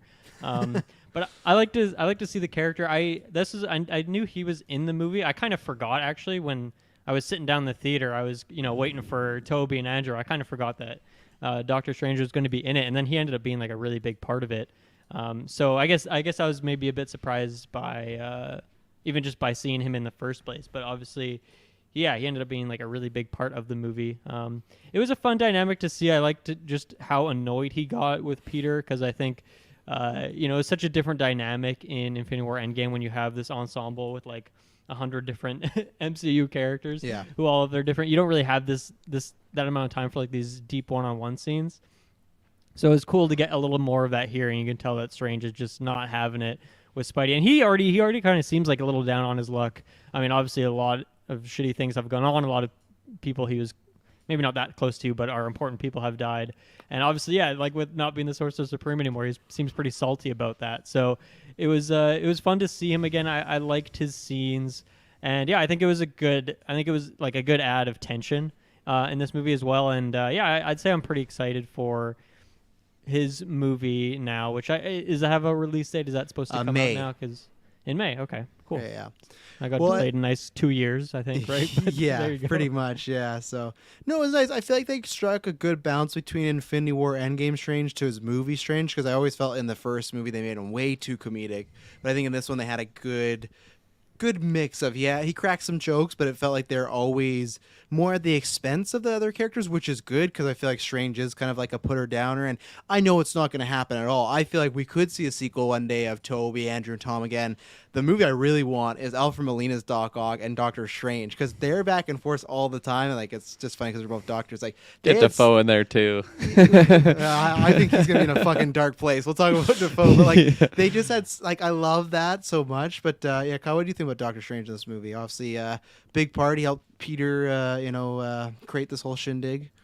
I think it was really good. I think it really connected like the first part of Tom Holland's Spider-Man really well to the rest of the other Spider-Mans that we've watched beforehand. So, but I guess the more we're talking about it, like I've just been such on a high. Like I was like, this movie's 20 out of 10, blah blah Whoa. blah. And now we're getting like more into it. It's like, oh, Kirkland, you bring up some really good points as well. And but maybe just like I kind of wanted to go back a little bit. I can remember watching all the trilogies and all the Spider-Mans before all of this.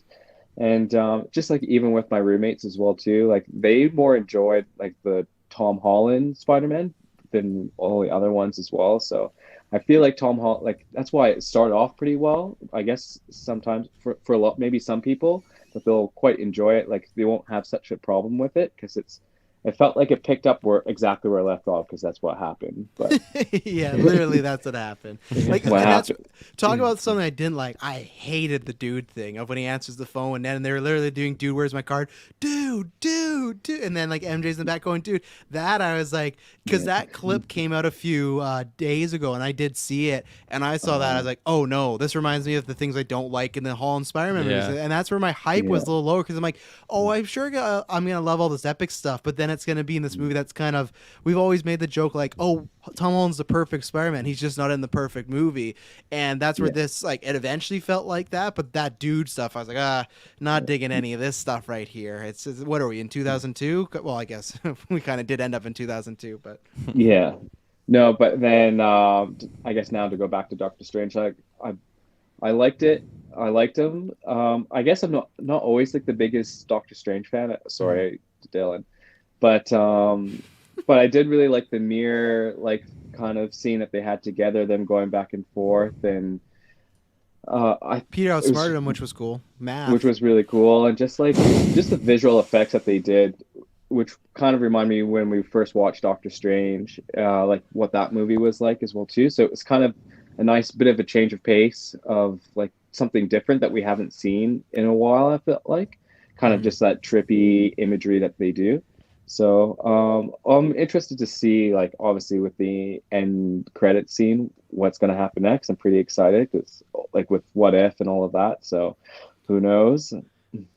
I love that we got like a Spider-Man theme, like Holland's theme in the Doctor Strange music. That was really cool when they got down there and everything. And it was cool that even like little stuff in Strange's house is kind of haunted. Like Ned moves something and there's like a little bobblehead it's shaking and then it looks right at him. I just love that it's like this house of horrors, or still like even the most minute things, like don't touch that. Like what? And even then, like who were those other? I guess they're just sorcerers, but just like cleaning up the snow. Like I always like that there's stuff going on.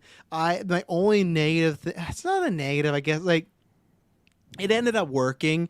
It's just a minor thing. At first I wasn't sure how I was going to feel about Ned with the sling ring and doing all that stuff, because you look at Doctor Strange where it's such a struggle for Strange and it takes so long to do like this thing. It's such a big moment where the Ancient One puts it on top of like Antarctica in like just little rodents that's figured out you're going to freeze to death, and he's trying to struggle and do it, and here you have Ned who does it accidentally. That's one of those minor things of like I really don't like it, but because it's so minor I kind of like let it pass. But I was like, this is kind of lame, but it kind of gets us to Peter and whatnot. But go ahead. Just think of how much he wants to see Peter. That's how I thought of it. He just had a lot of emotional tie to this person that he wants to see. Doesn't really make sense why he just pulls a random Peter, because I feel like you have to visualize the person that you want to see. So that didn't really make sense. But you know what? It led to Andrew, led to Toby, so I'm all for it. The way I actually... Oh, I was going to just quickly say, the way I wouldn't actually mind it when Strange goes, "Oh, you did that?" He's like, "Yeah." And Strange goes, and walks away. I actually, some people might think I would shit all over it. No, I wouldn't mind if they had him actually start to learn some of the stuff, and maybe he does have a gift, because that would kind of have that Harry Potter feel of like, oh, that's why he's so stronger than everyone else. That's why he becomes Hobgoblin. Yeah. Well, that's the other worry. You though, said right? yeah. You said yeah. That is the worry too. Maybe that's how they spin it. But I wouldn't actually mind if he starts picking it up. You know? I agree.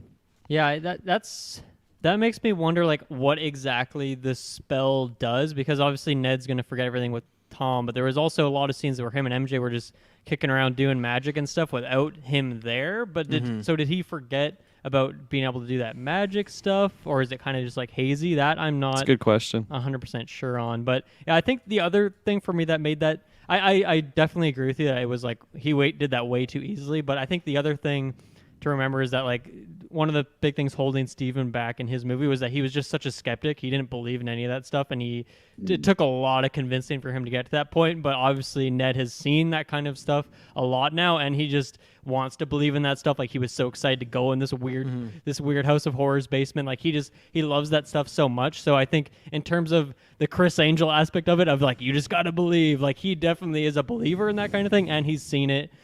So I think from that point of view, it makes it like he would probably pick it up maybe a bit easier. But I think it also is like this thing that is very technical and takes tons of studying and being put in these harsh situations. The fact that he just accidentally did it is, yeah, not the best. But I at least from that perspective of knowing that he believes it's possible, I don't know, maybe that makes it a bit more believable that his character could do that over Steven. Yeah, I was gonna say, sorry. No, you go Yeah, ahead. I was gonna say when Ned first went into Doctor Strange's place, I thought they kind of alluded that he somehow knew some of the stuff that was going on, not because of like the Marvel, like all the Avengers stuff, but like from his own family, like they had some sort of weird connection to it. He So drops that's the why I was line. Absolutely. That's what I was going to mention, where like his either mom or grandma says that they have magic in the family. And that's why I think like this Right. isn't the end of the character of Ned. It's tough because I Yeah. feel like he's so tied to Tom Holland's Spider-Man that it's tough for me to just picture him kind of on his own. Maybe he's going to be in Doctor Strange, just getting trained up there. But like I'm torn on it because I really like the character Ned. Like I all of his comedy works for me, but again, that's so tied to what the Tom Holland Spider-Man is and like his classmates and everything. Now you take Tom Holland out of the picture, it's really hard for me to picture that. But I feel like I like him here, like where he is, and I don't know if I need like that expand. And I don't mind like even the spell stuff. But again, that spell stuff to me would be like, oh, he'd team up with Spider-Man. I don't know. Again, they use it for comedic beats, but them hitting the head nail on the villain best friend dynamic. And if people don't know, in the comic books, Ned Leeds does become the Hobgoblin. I just always laugh just because I don't think I could see this actor be the Hob. I really don't. Like, it's over for you. It's over for you, Zendaya. But like, I think that you just, who knows? But that same thing. Maybe he has some moves we haven't bust out. But I hope he just stays friendly, But again, with him forgetting stuff, and that's one thing. Like, actually, I'll bring it up after because Taylor, I want to hear your thoughts, Doctor Strange. But I have a big question about this whole forget thing because as Dylan's brought up the can of worms thing, I think that spell does also bring up like a huge can of worms in the MCU. But Taylor, what do you think about Strange before we kind of move along? I loved him in this movie. Again, I love Doctor Strange whenever he pops up in any of these films, and it's just funny to see a Marvel hero pop up in more films than they have of their own films. And Yeah, it's he's just been in. I think he's been in 4 now. It was Thor Ragnarok, Infinity War, Endgame, and now this. So he's been in 4 That's of impressive. these. Yeah. But yeah, I loved his whole kind of connection that he had with Peter, even though it was super minuscule, but they had that pre-existing relationship that they saved the world together, as he says. And again, I like that he was doing the spell for him and just reminds himself that, hey, Peter is just a kid, and it kind of categorizes Tom Holland's Peter Parker. But I love that they duked it out against each other. I thought that was super cool. I love that Spider-Man bested him and he came back to the main realm and was like freaking out to Ned and everything like that. I thought that was super cool. But I took this as kind of like a nod to Thor Ragnarok when he's like, I've been floating over the Grand Canyon for 12 hours. Like I took it as like Loki, like I've been falling for 30 minutes. Okay, 100%. I'm glad I'm not the Yeah. only one. It's like, yeah, you finally know how Loki felt, you bastard, Yeah. But, no, and, let's be honest. Anytime heroes fight, we're into that, right? Like, it's just fun to see that dynamic, and it was just enough of that little teaser. And yeah, I liked this. I liked when you look at Infinity War, and the line literally is like, "If you or the kid die, I will not hesitate." Like, if you have to die. To now, it's not that he's friendly with Peter. It just does feel like he feels really bad for the kid because he even says that to Wong. Like, he's just been through so much, and I feel like even Strange, who is such a dick, can look at him and be like, I love when he screws us all up and he's like, I look at you like, I forget you're just a kid. Because he has saved the world. I mean, he is Spider-Man. I liked that dynamic of Strange. Again, he is a dick when he needs to be. And like when he shows back up after falling, he just takes that stuff. Like, give me all this. Like, you guys are screwing everything up. And again, he would have fixed it all the first go around, but Peter did kind of help screw it up. But I think, they had a good dynamic. I hope, I guess we'll see more of them again in this at some point, because that's my, go ahead. I imagine we'll see more. I also want to speak on Wong. I love his character, like, and him being the Sorcerer Supreme is fantastic. I'm really wondering what is going on, because he's obviously in cahoots with Abomination. He's doing cage matches. Like, what is he up to? It doesn't make any sense, and it makes me curious. Okay, is this gonna? He's obviously attached to Doctor Strange Multiverse of Madness. What form? Beats me, but to look at the things that he's doing and tie that into which we'll get into that again later on. It's interesting. It baffles me. I'm trying to figure it out, but it was so cool to see him, because he just fits the mentality of being a Sorcerer Supreme in this movie, and he doesn't. He knows he's not going to be able to do anything with Doctor Strange. He's just like, leave me out of it. I know you're going to do it anyways, so just do it. I don't want any connection to it. And I like that. I like that they have that kind of relationship. He knows his buddy. He knows his buddy's not going to listen to him anyways, so just keep me out of it. I like the it's brief, but we talked about the mirror dimension scene. That's obviously that Doctor Strange trippiness that we love. But I also like their little scuffle outside of the sanctum. I love that he puts the portal out so that Spidey webs his own foot and then kind of catches himself. And then I like that Strange does, like, I don't know what you call it, the astral punch, whatever, to knock him out of his body. And then I guess it's like the spider sense that is moving his arm around is what I take from it. But I like that he kind of swims back into his body too. So I like that little scene as well. Well, it's funny. I can't remember. God, what the hell were we talking about, Kirklin, when we were talking about different power? Oh, we were talking about Matrix Revolutions, and it's one of those things like there's so many characters that could not take out Doctor Strange, but because of little stuff like the Spidey sense, it's something Strange couldn't account for. So it's like it's that kind of Pokemon like aesthetic where it's just like, oh yeah, this fire whatever Pokemon creature might be the strongest. Did you just bring up Pokemon? This is like what is going on right now? Because because it's very much like when when I've seen Pokemon Stadium play, where like you might have the strongest fire Pokemon that could take out everything, but if you meet even the weakest like water power one, you might be doomed. And that's where Spider-Man's where it's like I'm proud of you, Travis. I think there's lots of times where Doctor Strange could kick anybody's ass, but Spider-Man, like, he just his ace with the spider sense, he figures out the equation of the quick mirror maths. world. So so it's just like it's this little kid that is kind of his little kryptonite, So I liked that. It's fun. Where I bet there's other characters that would just kick the shit out of Spider-Man, like John Berthnell's Punisher. It's over for you, There's no chance Spider-Man's making it out of that, but. Let's take an ad break, and then I want to ask about this whole forgetting things, because it's, maybe a can of worms, so we'll be right back. And we're back. Ted, I want to start with you, because you always got some big theories and whatnot. So we're in a world, and I want you just to try and make this sense for me, because I don't really know how it plays, and I don't know if the films will really answer this, but so we live in a world where it seems like MJ, and we'll talk about everyone else, but MJ, Happy, Ned, it seems like all their lives have been the same, but they don't know Peter Parker. And I feel like it's, especially with like Ned and MJ, they kind of like, Ned was Peter's best friend, and then Peter had a relationship with MJ, and that's how they kind of formed, become a trio. If they didn't know Peter Parker, it's like, how did that happen? But I know it's not like a time travel thing, it's just now. So like, what are their memories of their lives? Like that's what's going to be, I think it's a cool concept, but I think it's also very tough that they could paint themselves in a box in a lot of ways, and that's why I think they'll try not to address it too much and just go, they don't remember, and move on. But how did you take this, Taylor, like going forward? I took it as like, they don't remember Peter Parker, but they probably still remember all the events and the craziness that happened. But they just don't remember Peter Parker or Spider-Man or that being related, period. I think that they would remember. Let's say, okay, like, hey, we're going to walk up to Ned and MJ and be like, hey, do you remember sitting on the roof of the school all together talking about going all to the same college and all living together with Peter? And then be like, oh, well, I remember Ned, but and then they would just be blank, like a blank slate for them. That's how I kind of take it. And So like, we've what seen about that all in the other villains in the movies. pods, like that? Because that's so tied to Peter. Do they remember that in their life, like having like Doc Ock in a pod, Green Goblin in a pod? I mean, I wouldn't be surprised if Doctor Strange like put a little dash of something else in there just to kind of like Little clean it paprika off. Some paprika. But that's a very good point. Like, I'm not gonna pry too much into it. I'm not gonna go full time travel like Endgame. You don't want to talk about that for an hour?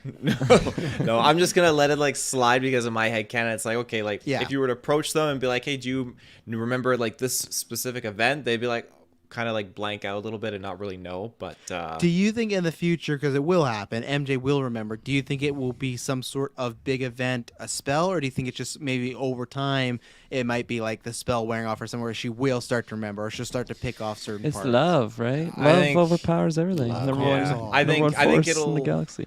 it'll be not spell related. It'll be Peter kind of coming to terms and kind Tingling. of like tingling, yeah, letting her know a few things and all that kind of jazz. I'm curious. Look at this move I learned from Oh. Toby. Yeah. I'm curious to see how this plays in the greater scheme of things because this is kind of like a little side note here. So I'm under the impression that we're going to get a lot more kind of story with Vulture knowing the fact that Vulture knows Spider-Man's identity, but now that's completely kiboshed because Yeah. I felt like that had a lot of weight to it, and I felt like It especially did, him going actually, into yeah. Morbius had a lot of weight, but it just is totally disregarded unless they just somehow throw that out the window. I don't know. I feel like that's got much more of an impact, and that's what I'm more curious about than him and MJ forgetting. So Because that was a huge character moment in Homecoming for Vulture to know. He goes to prison, Scorpion interrupts or like confronts him, like, oh, you know who Spider-Man is? And he's like, well, if I did, he'd be dead. So it's like, okay, it shows there's something, unique with this villain. But yeah, now it's just like, no, he just doesn't know anymore, So yeah, that will be interesting. That's why I wonder if it's, I hope it's not, but I wonder even in Spider-Man 4 if they will find a way to reverse it. Like they'll go the whole movie that way, but at the end, everything could be back and most people, or at least the people closest to him will know. Because I think it's fun to set up for a movie, but eventually you'll want those people to have those memories again. But who knows? Yeah. Yeah. It's an I interesting. think you also have a whole trilogy with those characters at this point, so I think it's fine at this point to say goodbye. And it'd be sad for like Zendaya in particular, maybe some other characters to not have those characters carry forward. But I don't know. We've got a lot of growth and story with those characters to this point. Yeah. Go ahead, Kirkland.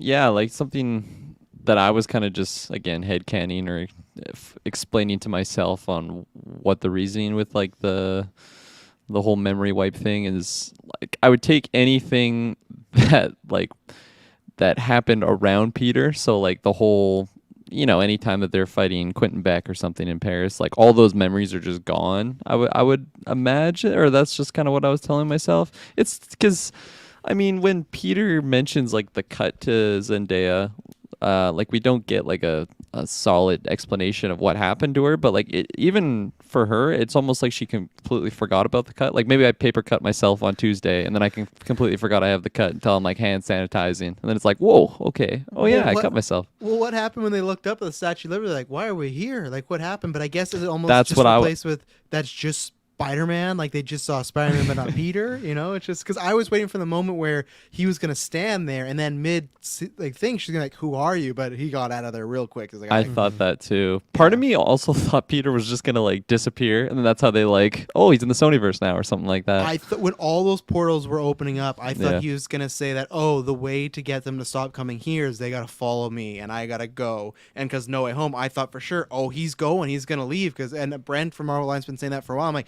here it comes, and then he's like, everyone forget me. I go, oh well, you should have just done that 6 hours ago, but that's okay. But no, like, and it was interesting because like Clay pointed out, I didn't see that. I saw Rhino. There was a comic book accurate Rhino right there with the costume Yeah. and the horn. He looked good. He said there was Craven. I didn't see that. I guarantee you when we get that Blu-ray in the high def to pause that, there's gonna be so many like variations of characters and stuff. So that was really cool to see. But I thought the same thing as you, Kirkland. Like, oh, he's gonna jump through this portal right now, and that's how we lose him. But no, he's still in the world. He's still bopping around. Just people don't know who the fuck he is.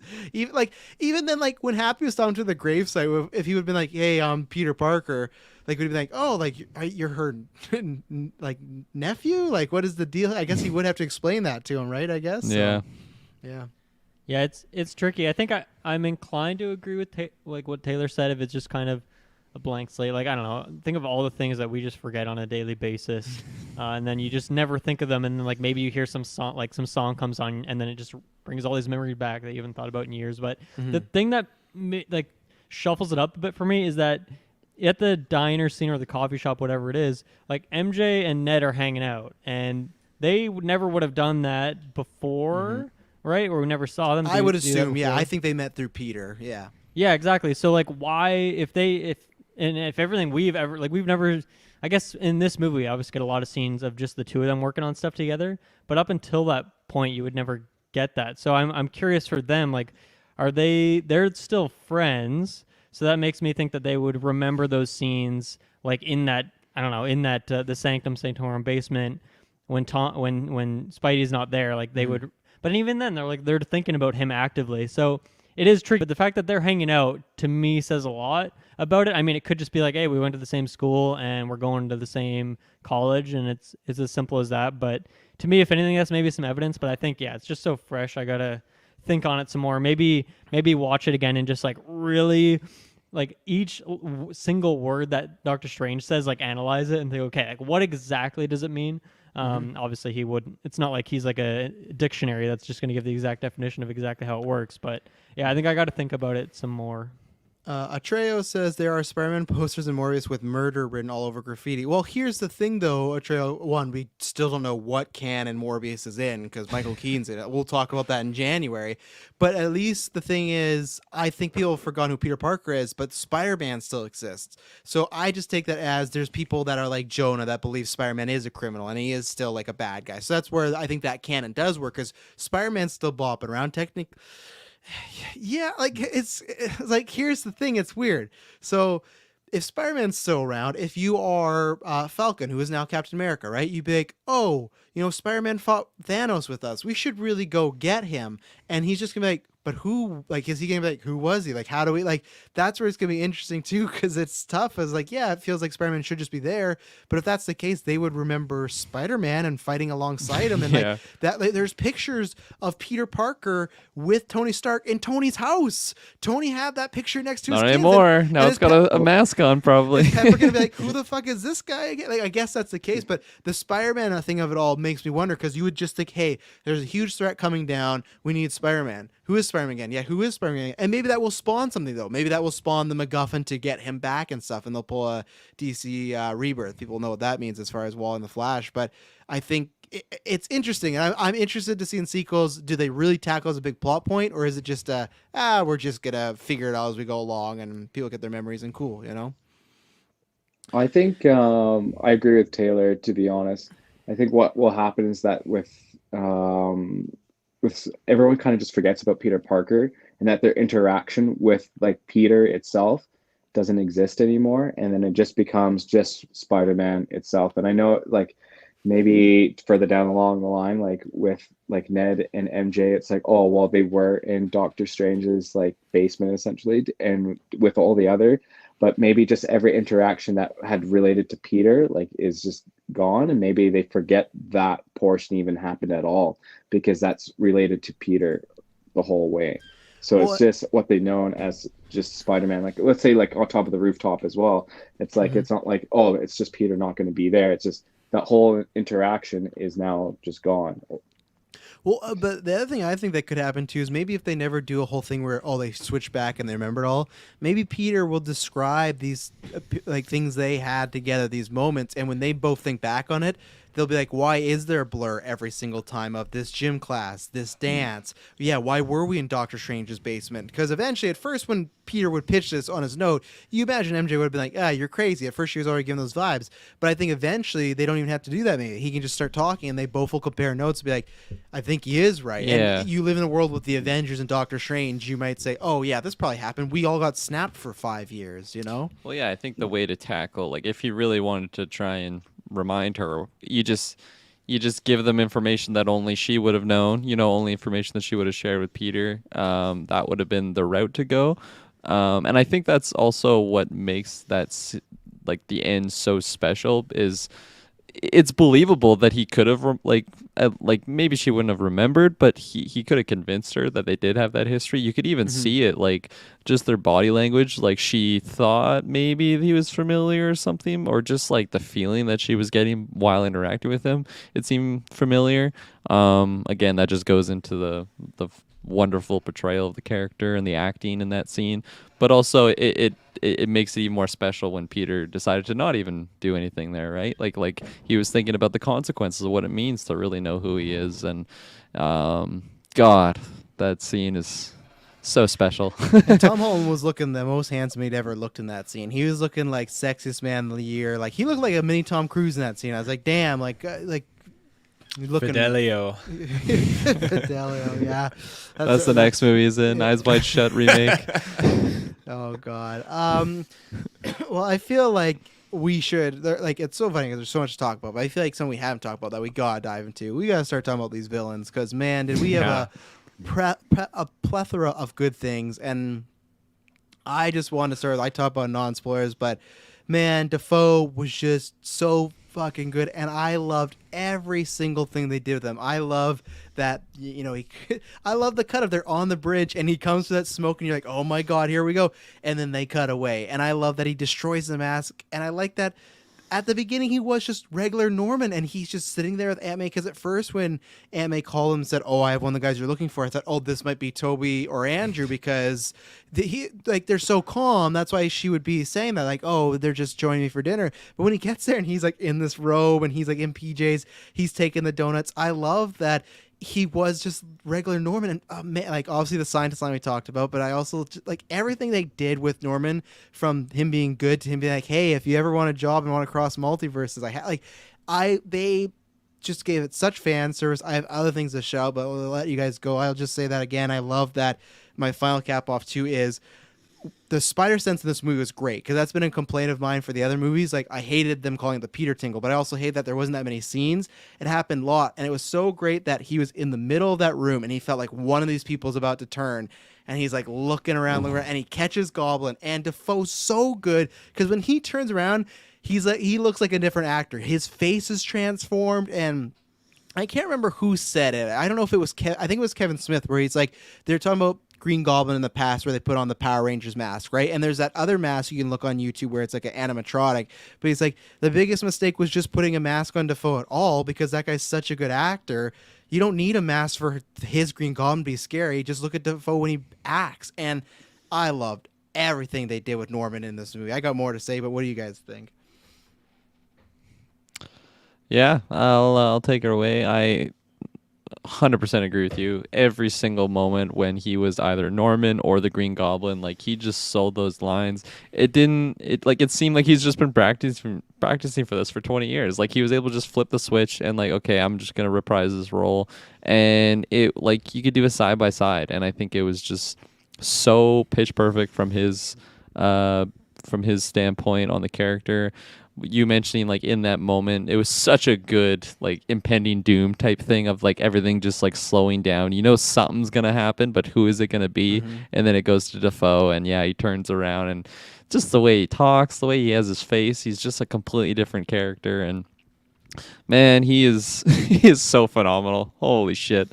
I need him around more. I'm glad. Yeah. Like I'm seeing him in quite a few like things as of late. Like, like we have this. I mean, The Lighthouse, Aquaman. Like, he's just kind of popping off, which is awesome. But God, he's so special. He's such a special actor. I was bummed he didn't stay, because as we talked about before, Yeah. I could watch so many more movies of him as an MCU villain. Like, I need, same thing as Toby and Andrew. Like, I'm happy we got him. So if that's great, a good return to form. But it just shows like how good he can still be, and he just steals the scene anytime he's there. You just gotta watch him, and even the fight scenes him and Holland had were really, really good. Like, And you got to He was respect kicking it. ass. He You was got- and kicking ass. You got to Holy respect shit. it too. I'm not sure if you guys have seen the clip. He said they pitched him an idea and he thought it was great, but he said his one request is that he wanted to do all the stunts in action. And he said, like, I just feel like it's not right if someone else is doing it. Like, I want to do as much as I can. And you got 60-year-old Dafoe being like, no, like, I want to be in the suit kicking Tom Holland's ass. And it's just like, you just feel that when he's on screen that he's having a good time. And Dafoe's the best. That's funny. I saw the first half of that quote, and then I stopped reading. I'm like, I don't want to know what Uh-huh. his one like thing that needs to be done for him to do the role was. But that's thought a it was very a bold meme. thing for a guy that flies around in the sky to want to do those Yeah. those kind of scenes. I thought it was Yeah, a meme when you shared that. I'm like, there's no way he actually said Oh, that, that's doing what his he own said. stunts. He's like, yeah, I it's got it. I want to hardcore. do it all. Yeah. Yeah, I don't know if I have really anything to add on him. He's just like you said, he steals the scenes. He's such a fun character for a movie that is so divided because there's so much going on. I don't know. I feel like he got so much to do, and that was just so much fun to see. I think maybe my only complaint is that I wanted to see like one or two more scenes with him in the full Green Goblin outfit because yes, obviously he does have. Like obviously his acting is why we love this character so much. Well, there's many reasons, but yeah, just the face when he turns around and he's doing that crazy Willem Dafoe thing. But I love that costume so much, and I wanted to see it used a bit more. I was a bit sad when he smashed it. Like I wanted him to fly around a couple more times before he did that, but I think it was good. You know, we've seen that before, and that's not what this movie was about. It was about much more than that, and we got like every side of that character that you could have asked for. So. Yeah, that was definitely the highlight of like the characters coming back for obvious reasons. But yeah, and once again, I didn't really know what to expect. Didn't know how much he would be in it. And I think when I saw like the poster, because I hadn't seen the trailers, but like in the poster when he's kind of flying in the background, I'm like, okay, he's probably going to be in it, like quite a bit. And yeah, I was just so happy with the way he was used here. Kyle, you gave the thumbs up when Dylan was talking about the costume and whatnot. How do you feel about Dafoe being back? Obviously, we got all other villains to talk about, but he was kind of the main bad guy. Or I guess Green Goblin was the main bad guy. Well, he stole the show, really. Like, just every time he was on set or just like in the shot, like all I could I don't know. I'm just lost of words because he was so good. And even like when they were fighting, and at one point, like Tom Holland is just punching him, and then William is just like looking back at him, just laughing and just like going like, "Oh, give it to me more! Like I want more." And I was like, "This is like, I feel like this is like almost like a better version. Like they give more Goblin more to do than like the first than the 2002 film. So that's why it was. Oh, I just loved watching him every time he was on set, and I really liked the costume. Even with like the goggles and like the hood that they were kind of doing, like I feel because I'm pretty sure the animated series had that style. No. Or am I thinking of no? Yeah, you might be thinking of New Goblin. No, I can get the animated. He had like the full on skin tight like mask. He had like the little goblin hat, and stuff like that. Oh, I'm thinking Hobgoblin. Yeah, I will say the only thing that disappointed me, and I'll have to see when I rewatch. I was like, they had one great like good moment where they both looked at each other, but I was surprised about the lack of Maguire and Dafoe. I thought we were gonna get one scene with those two. So like the JK one would have been nice. I didn't need that. I would say I think I needed a Dafoe Maguire because it gave like out of all people, they gave Maguire a scene with Flint Marko the Sandman, but they didn't have Toby and Dafoe speak. So I don't know if that was like maybe actually a legit scheduling thing where they actually couldn't get them together and that scene didn't happen.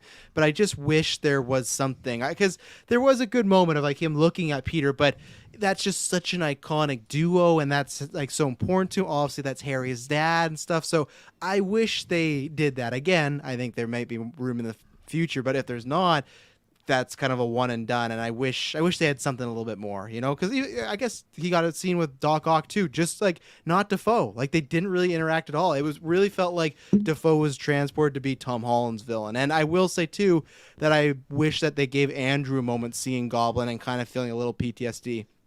They kind of did that with him catching MJ, so it's fine. But I still thought when he sees a Goblin named Osborn, he should be a little like, oh, last time that happened, it really bad for me, So.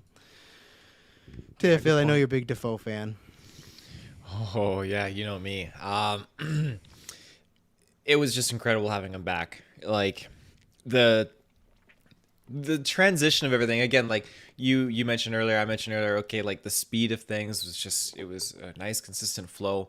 after getting a good dose of Doc Ock, which we'll talk to about after, that moment following right when you hear the theme kick in, and again, like that was the great part when these villains are coming in, the themes were popping up, and when that Green Goblin theme kicks in, it's like, ah.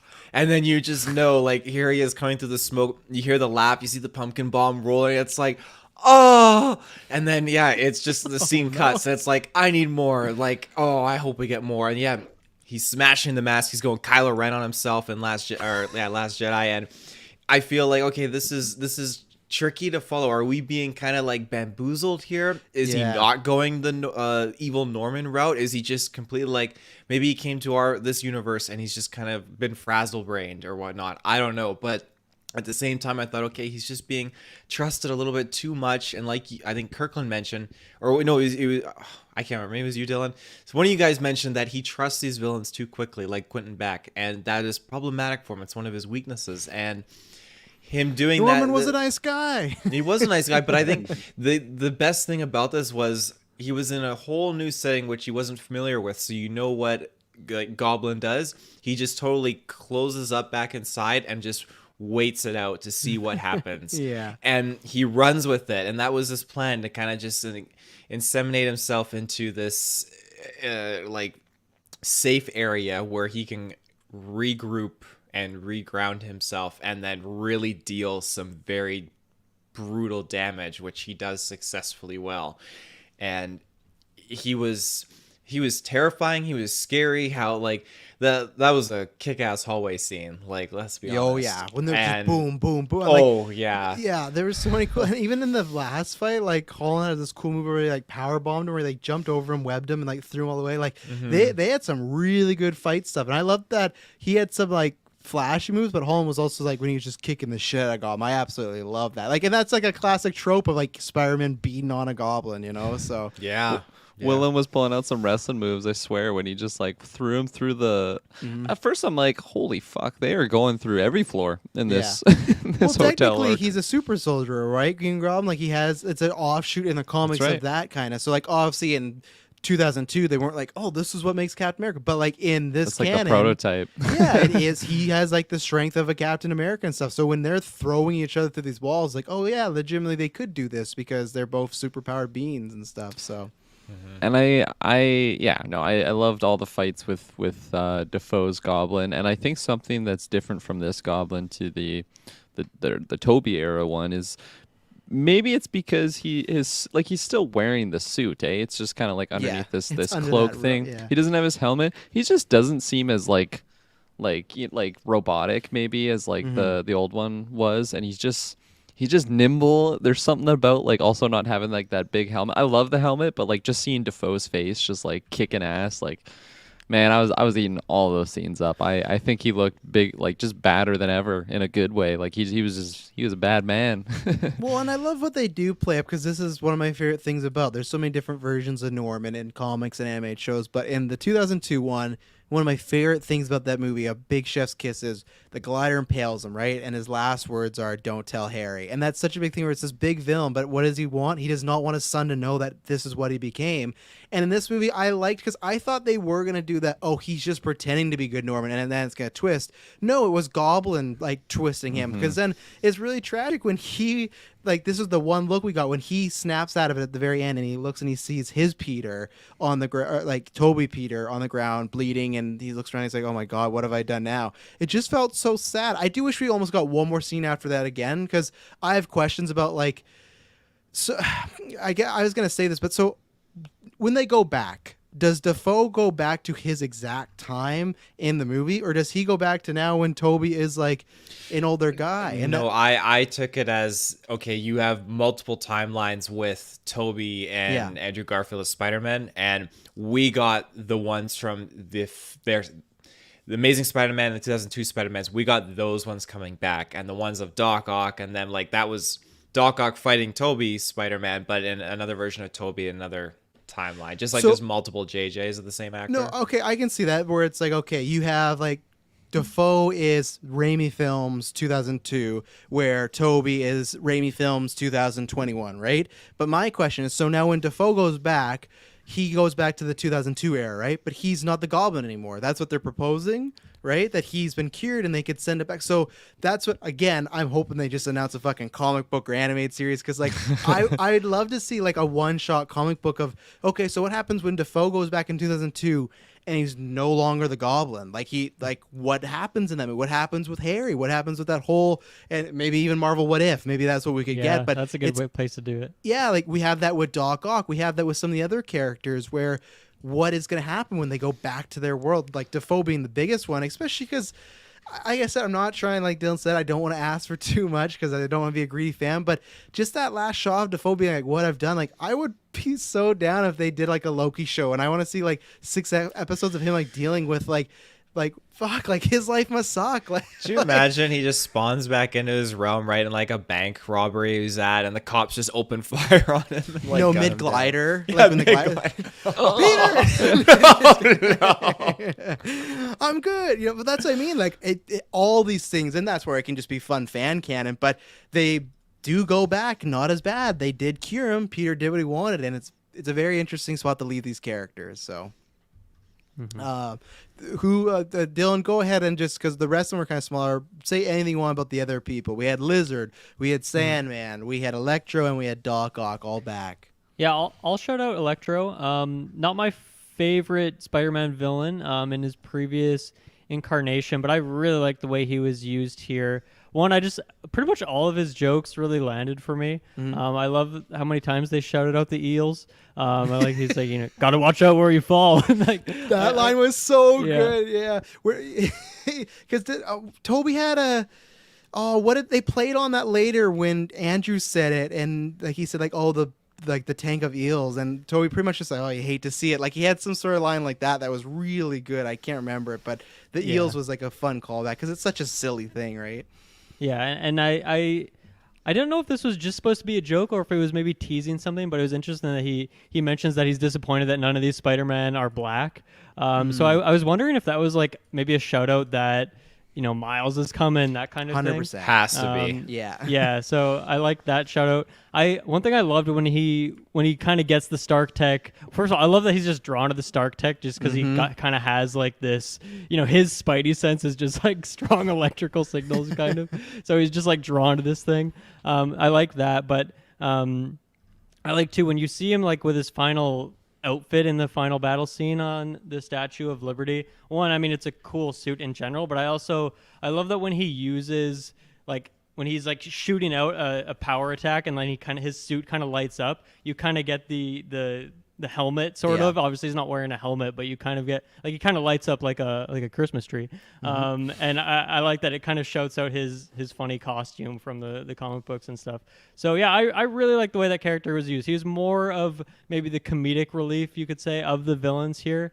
But I think he also is kind of like a driving force of them kind of going vigilante in the first place, because he's just always kind of he's going along with it maybe just to see what's going to happen, but he's always kind of opposed to this Peter because he just doesn't have as much of a personal connection with Peter in the first place. I guess he's just more of a straight ahead bad guy.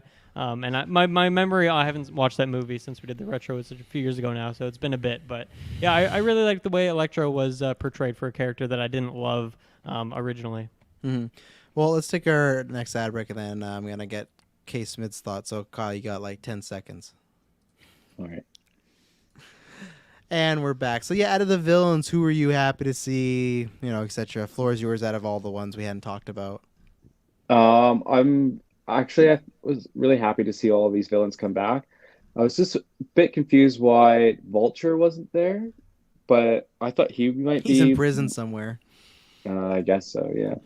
But anyways, yeah, so it was cool to see all these villains come in. I like Jamie Foxx's character, like the Electro, a lot better this time around. I thought the second movie wasn't as good. Like he was kind of back and forth of trying to be cool but trying to be nerdy, and it was just kind of pick what you're doing. And now with this is no, it was a lot better with it. So and then it was nice to see Doc Ock's kind of character going from what he was, this nice guy, to like evil, but now he's like, oh, back to like kind of himself and this friendly, doctor essentially. So it was good to see that. And yeah, I could, well, leave Connors. Like it was good, but like obviously it's just like another villain to have. And it was nice to see Flynn to be back as well too. And like even just like his face, like they made him look like young again as well too. And Yeah. he looked amazing. So just seeing these villains back, it was kind of a nice throwback. And it's pumped. Still on a high. I thought his introduction was so like clunky though, because like Electra goes to shoot him, and then this wall of sand comes up, and he's like, "Hey Peter, I'm here to help you." It was I was like, this is so weird, and I know because in the Toby verse they became like friendly and whatnot, but yeah, it was. I was kind of surprised, and I feel bad for Thomas St. Church again. Maybe it was scheduling that he was sand the entire time, because as Spider-Man 3, they would show. Many times he would be a normal guy and he'd turn to Sandman when he had to fight. But this whole movie, he's just sand all the time. I did like the joke when he sits down on Happy's couch. He's like, oh, sorry about that. But like, it was strange that it wasn't till the end. So Electro I liked, even though it was like, they did give two shits about explaining why he looks different, why he sounds different. He's just like, I'm different in this universe. I like it. It's like, okay, they are even admitting we got no story. Let's just make him cool. Jamie Foxx, and that's what they did. He's not blue. He's not like a nerd and stuff like that. Even though they like, He was blue at the beginning. he was, and I was like, oh shit. And they even had like the dubstep track, like, Yeah. oh shit. So like they attributed a bit, but it was like, okay, fine. I did like that he was kind of like Goblin, where he was untrusting, and you always look like he was gonna go. And I love the struggle when the thing is about to take his power, and he's like, "Oh, do I really want to lose this?" Lizard was fine. He was there just to be another bad guy to get beat up on, right? So that was like, Lizard was a lame villain in his movie. He's a lame villain here. He's just a body. Sandman. I think that's one of my minor cons. I never understood his motivations, because so he's like he seems like he's a nice guy. And then like he gets a little rattled by Peter sending them off. But then in the middle, he's like, okay, we're going to help these villains and everything. When it all goes to shit and the villains start popping off, he just like turns bad again. He's like, yeah, fuck it. I'm going to help Electro create this tornado, a storm. And he's just off on his own. And then at the end, he comes back and he's like, I don't care about them. Like, I felt his motivations, other than getting home to his daughter, sometimes just didn't really make sense. Like, he was all over the map. And I wish they maybe just made him more generic. Because maybe when I watched it again, but I just felt like every scene we got on him, he was on a different side. He was like, oh yeah, understanding of Peter. Then other times like, I don't fucking trust this kid. So it's like, all right. And then Doc Ock, Alfred Molina's outstanding. He's just like class all the way. That like it happened lots of times. That bridge scene, that's when I started to get emotional, because I thought that the fight scene between Holland and Doc Ock was really good on the bridge. So like I was just getting emotional. I was getting like choked up. So when Goblin came down, I literally was crying. And I was like, oh my God, like I cried so much in this movie. But Doc Ock, Molina was great. And I really loved the twist that he was like, he ended up being a good guy and he was on the good guy side. I really liked everything they did with him there. So, and I love just seeing stuff that we talk about, like we joke of being like, oh man, Ben Affleck's Daredevils with Spider-Man, stuff like that. I love that we didn't get this in Spider-Man 2, but the second Doc Ock sees the Goblin, he's like, Norman, and they have like a rapport when he's like, oh, like Octavius, I'm back. Like I'm back to normal. Like they show that in the Toby movies, they knew each other, but we never got that. So again, more adding to the canon to stuff in the past. So I really liked all that stuff. Kirklin, what do you think about the other villains we got here? Lots of returns going on. Yeah, so just right off the bat, I never really cared about Kurt Connors. So, like I like him as a villain in the comics and the animated show, but I just didn't really feel attached to him at all in the Amazing Spider-Man. So like he fit the role of just, okay, we need another villain. Who are we gonna throw in there? Okay, it makes sense that he's there. Electro, I loved Electro. I love the callback to like the classic mask that we saw in the trailer. His humor was great. Again, all the eel stuff. I love that he was just like butt ass naked, and like literally I was sitting with my buddy and he's like, he's just butt ass naked, and literally 2 seconds later he's like, what? You're not gonna. Well, I'm butchering the line here, but he's like, you're not gonna mention that I'm butt ass naked, like literally word for word what he said. I just got a chuckle out of that. So great to see him in there. Glad he's not blue. He was and too. then, at every interview he mentioned, fuck, I'm not blue, thank God.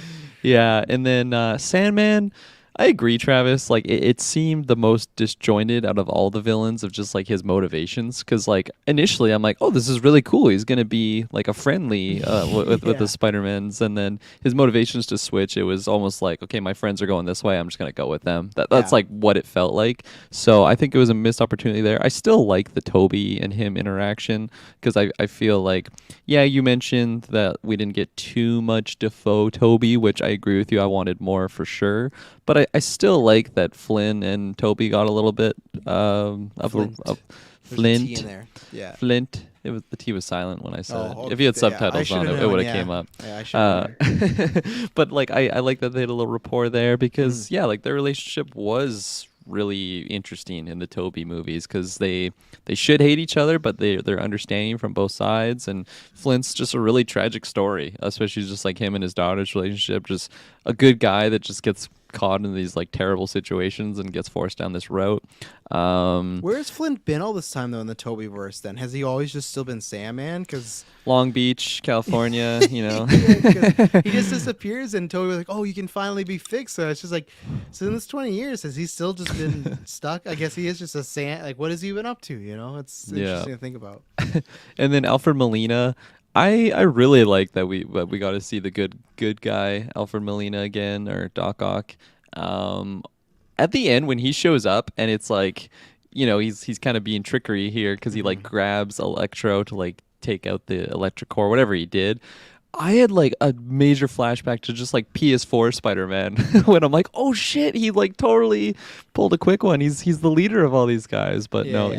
he was a good guy in the end, which was awesome. Yeah, no, it's good to see him be a good guy. He kind of just fucks off like after the Yeah. fight at the condos.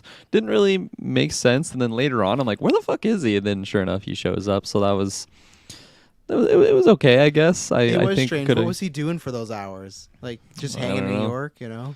Yeah, I don't know, trying to find the sun, but I really like Alfred Molina. Like you said, I think he killed it, like acting wise in this show. And then, fuck, I could do another 3 hours just on Defoe.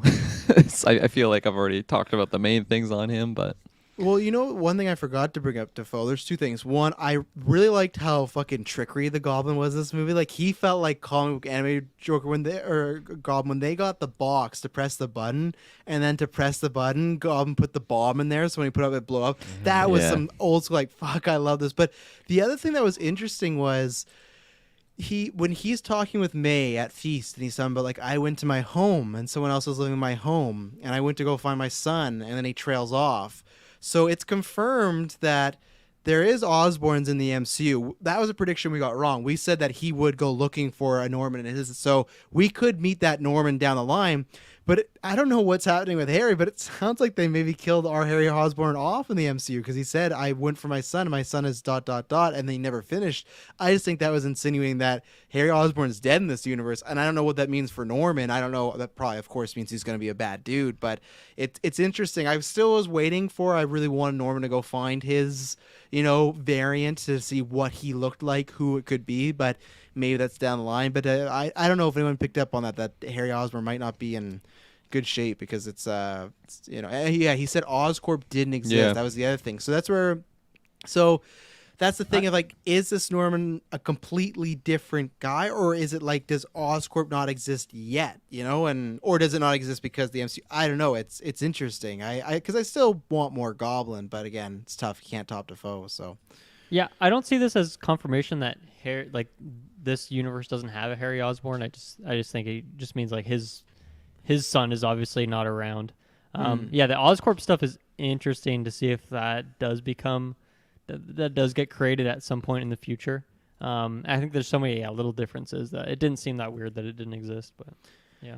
Taylor, what are your theories on some of those Osborn cons? Because like Clay's saying, I don't think the Osborns exist. Like I said, I took that the other way, that they do, and just some stuff's, maybe they've had a tragic story. But what do you think about that? And then also you can transition to the villains you haven't spoken about yet. Oh man, yeah, that's a good point. I don't really know where I stand. I'd have to see more in regards to it because I just don't know if he's lying. Like, what is? maybe he went there and I don't know, maybe you could have killed them for all I know. Like, there's gonna be one Norman. Like, I don't know what his agenda is because he's incredibly unstable at this time. So if he really did look, I don't know. It would make sense for him to go look. He would like want to know where his son is and everything because obviously the goblin has kind of receded back into him a little bit. So he's got a little bit of freedom to kind of seek out whatever he can. So I think maybe he did, and maybe he just couldn't find them. Maybe he tried. Like, I don't know. It's tricky. It's really tricky to say. It's just But- weird. That's a very specific reference about the sun, you know? Because I feel like him being like Oscorp doesn't exist. I feel like if they were gonna say the Osborns don't exist, they would have just said that instead of Oscorp. You could have just been like, Well, I maybe don't, it's you know. totally different. Maybe it's not even a son. Maybe it's a daughter in this universe. Could like, be. for all we know. Like, it could Harriet totally change it. Osborn. Harriet. Yeah. Harriet Osborn. Yeah. So who knows? But the other villains. Why did you yeah. love Lizard? Why'd you love Lizard? I love dinosaurs. They said the And, dino. Yeah, look, it's a dino. Yeah, seeing Lizard was cool. I think it's just throw the villain in there for absolutely. A little weird why they did keep him in the truck, but whatever. Yeah, we got Flint. I love seeing Sandman. It caught me totally off guard when he just popped up like, Spider-Man, I'll help you, or whatever. Like, just like, what the fuck? And I thought that was going to progress and be like, okay, so this whole time, like, he'll just be helping, which is pretty cool. But obviously it's not the case. He doesn't trust this guy because this isn't the same Peter Parker. And he's witnessing this Peter Parker just, like, ghostbustering up all these villains. So obviously there's a little bit of distrust there. Did you kill But him? I really like Sandman though in this, and I liked at the end when he kind of like came around. You could actually not see sand, but actually see his face. And what else we Electro? got here? Electro, thank you. Yeah, so Electro, Electro I and thought Doc was Ock. I thought Electro was awesome. It was super cool to see him just the point where they were all in the room and Defoe was turning and just that charge was almost at full, and he's like, no, you know what, like, I like this place, like, I'm out. And I just thought he was super cool. I loved, like, what you mentioned, Dylan, the reference to alluding to Miles Morales. I think that was fantastic. That's the second MCU Miles Morales reference that we've had now, so it's gonna happen. What was the other one? In Spider-Man Homecoming, when we meet the uncle. Donald Yeah, the Glover plays Prowler. his uncle, yeah. Right, Aaron right. Davis, yeah.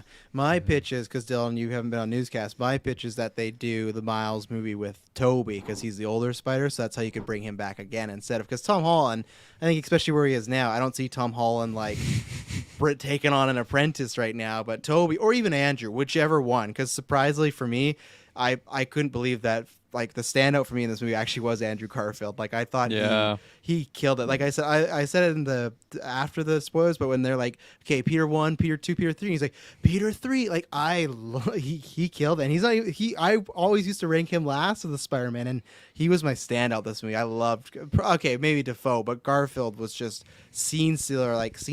He was so good with MJ and just He was really everything. good. When he's putting on the science coat and everything like that, I'm like, man, that is Peter Parker right there, you know? It's oof. No, 100%. Like I agree with you. I always saw him as the lesser of all of them, but just seeing them all together, and I'm not saying like I wouldn't say he's the standout personally, just because there were so many good moments in there. But like he was able to just stand like on the same screen with all the other ones, you know. And I didn't think that he was lesser at all in any of those scenes. He did the line deliveries very well, all of the emotional stuff. Like he was tugging at my heartstrings, and I wasn't even attached to the Amazing Spider-Man series. So he did such a phenomenal job, and yeah, I want to see more of all these characters really. So Oh, yeah. And Kudos what to about Doc Ock, Taylor? Sorry, I cut you off there when we were talking about Garfield.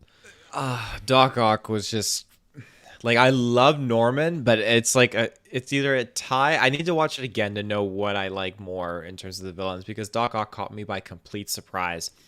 Like, yes, we saw a lot of him in the trailer, but when we finally get him in this, like, the Spidey sense is going off, and then the score again, the themes of all these characters, his theme kicks in. I'm like, oh shit, the arms come up through the ground. I'm like, oh, this is just so good. And then it's just like, where's my machine?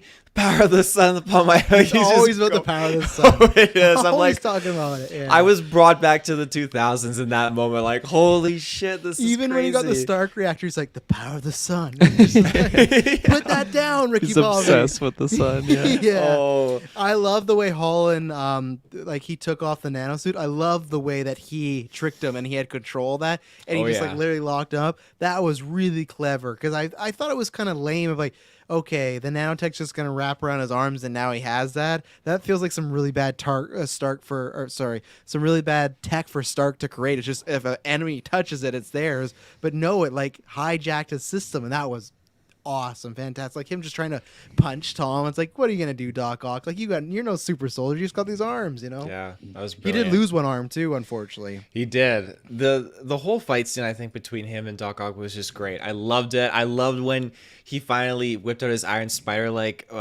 extra legs, and Doc Ock's like, "We got competition." Like, it was so good. Turns to his arms. Yeah. Oh yeah.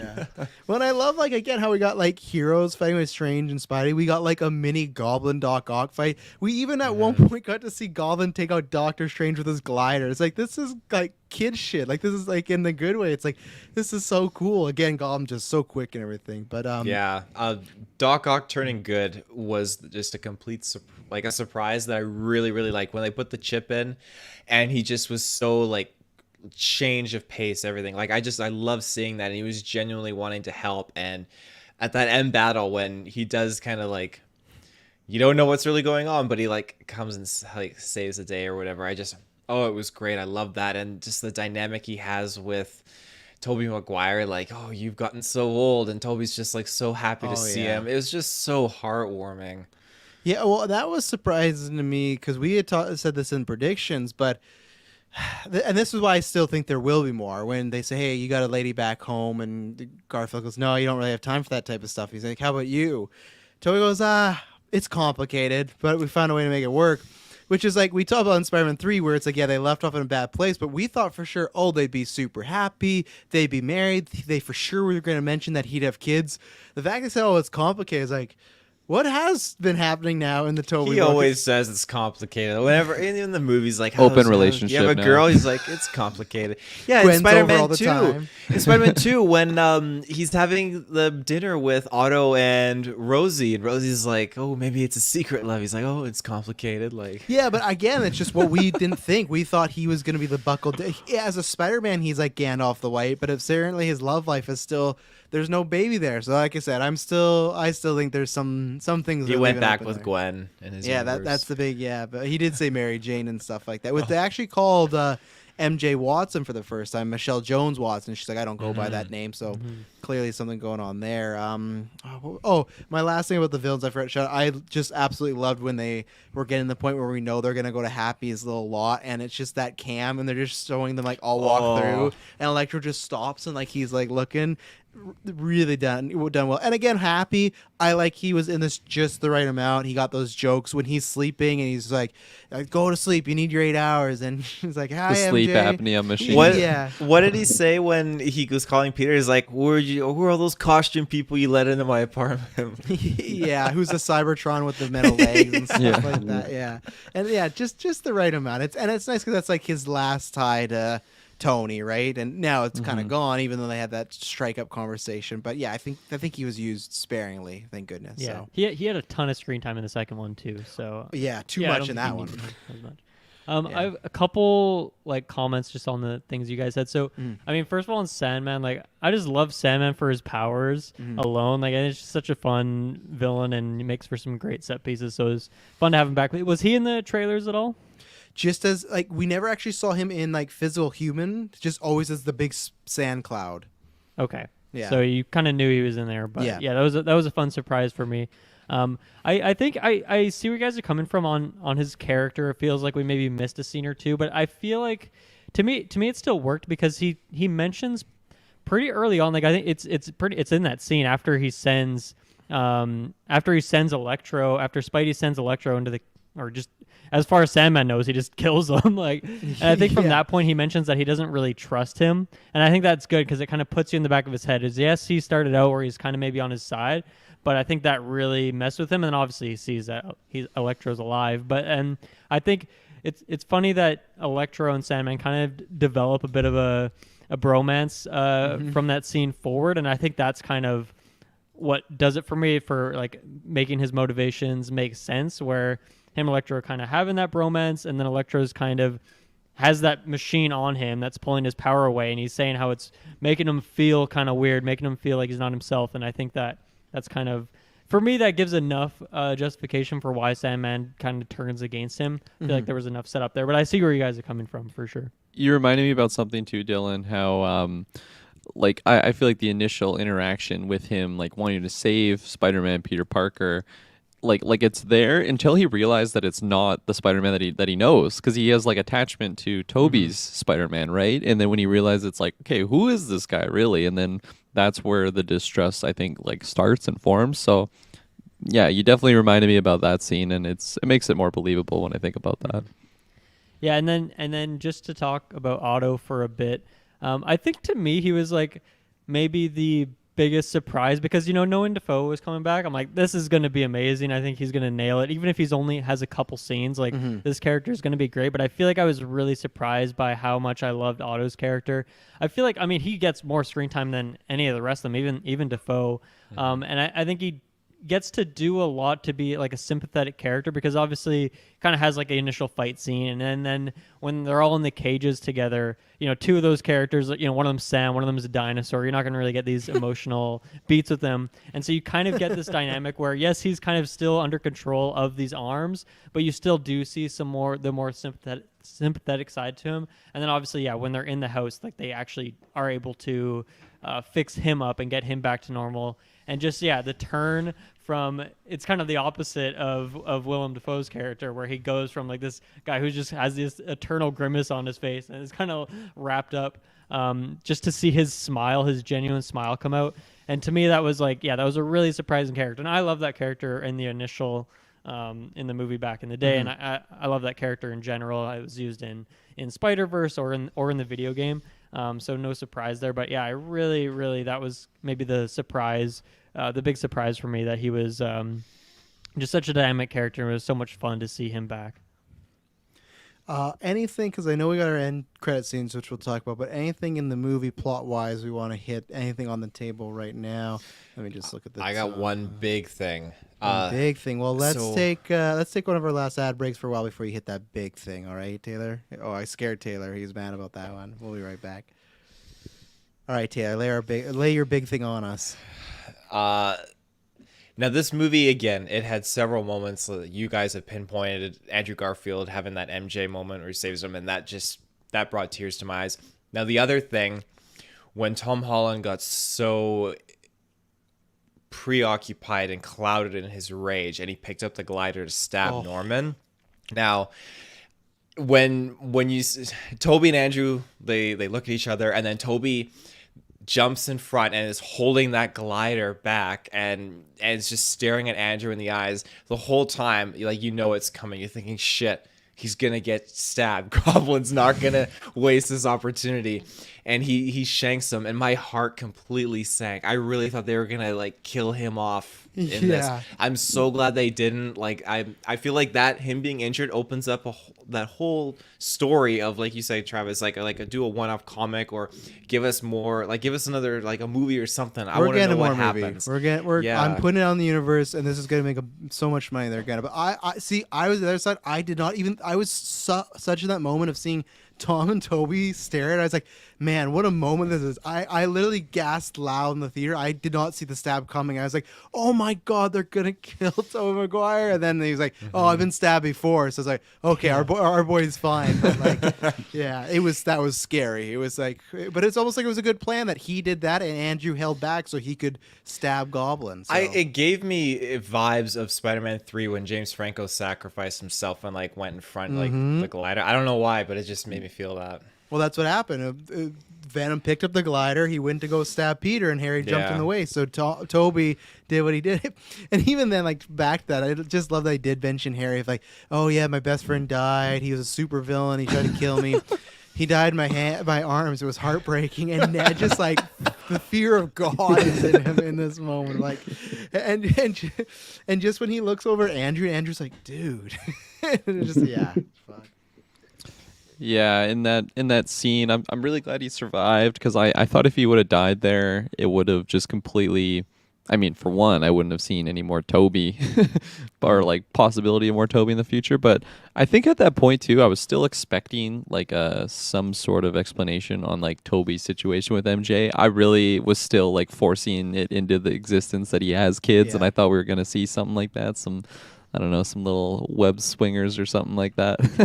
And I found it actually rather like comical how he just like completely brushed off, because it's like a really intense moment. Like, oh my god, this is how characters die in the MCU. It's because of moments like this. They heroically sacrifice themselves. They get stabbed. We have, like Toby said, like a death he's in the arms of another character, and I thought it was gonna happen, and then it's like, no, I've been stabbed before. Oh, okay.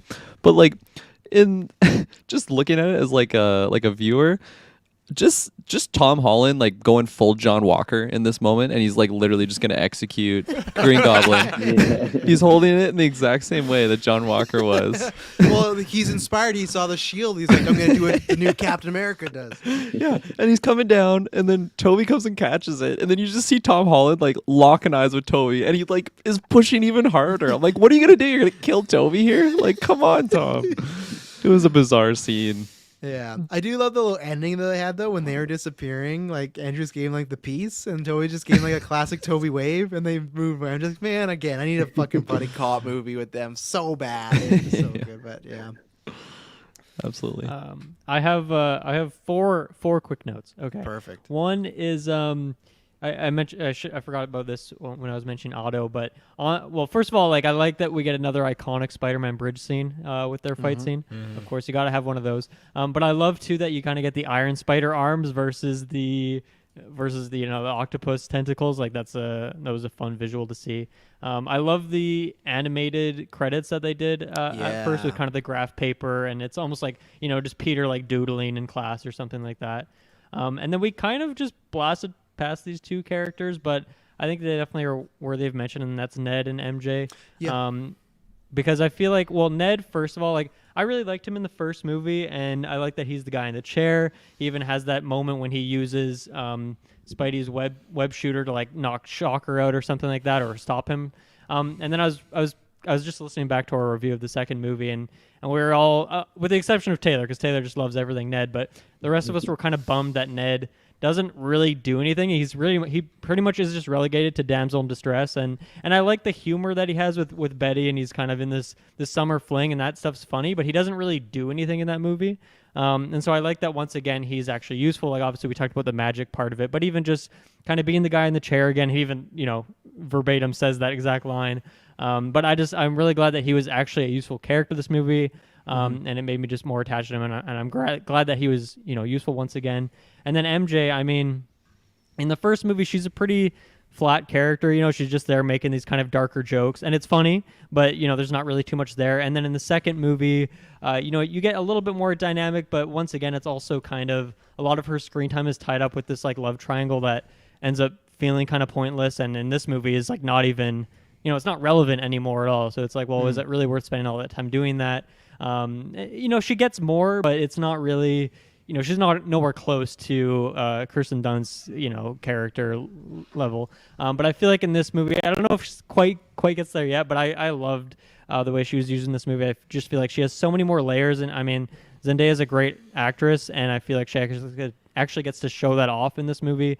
There's tons of great scenes she has from also, actually being there to help out Spidey and Peter in actually like fighting off the bad guys and coming up with solutions to things, but then also just having comedic scenes and having these kind of romantic scenes.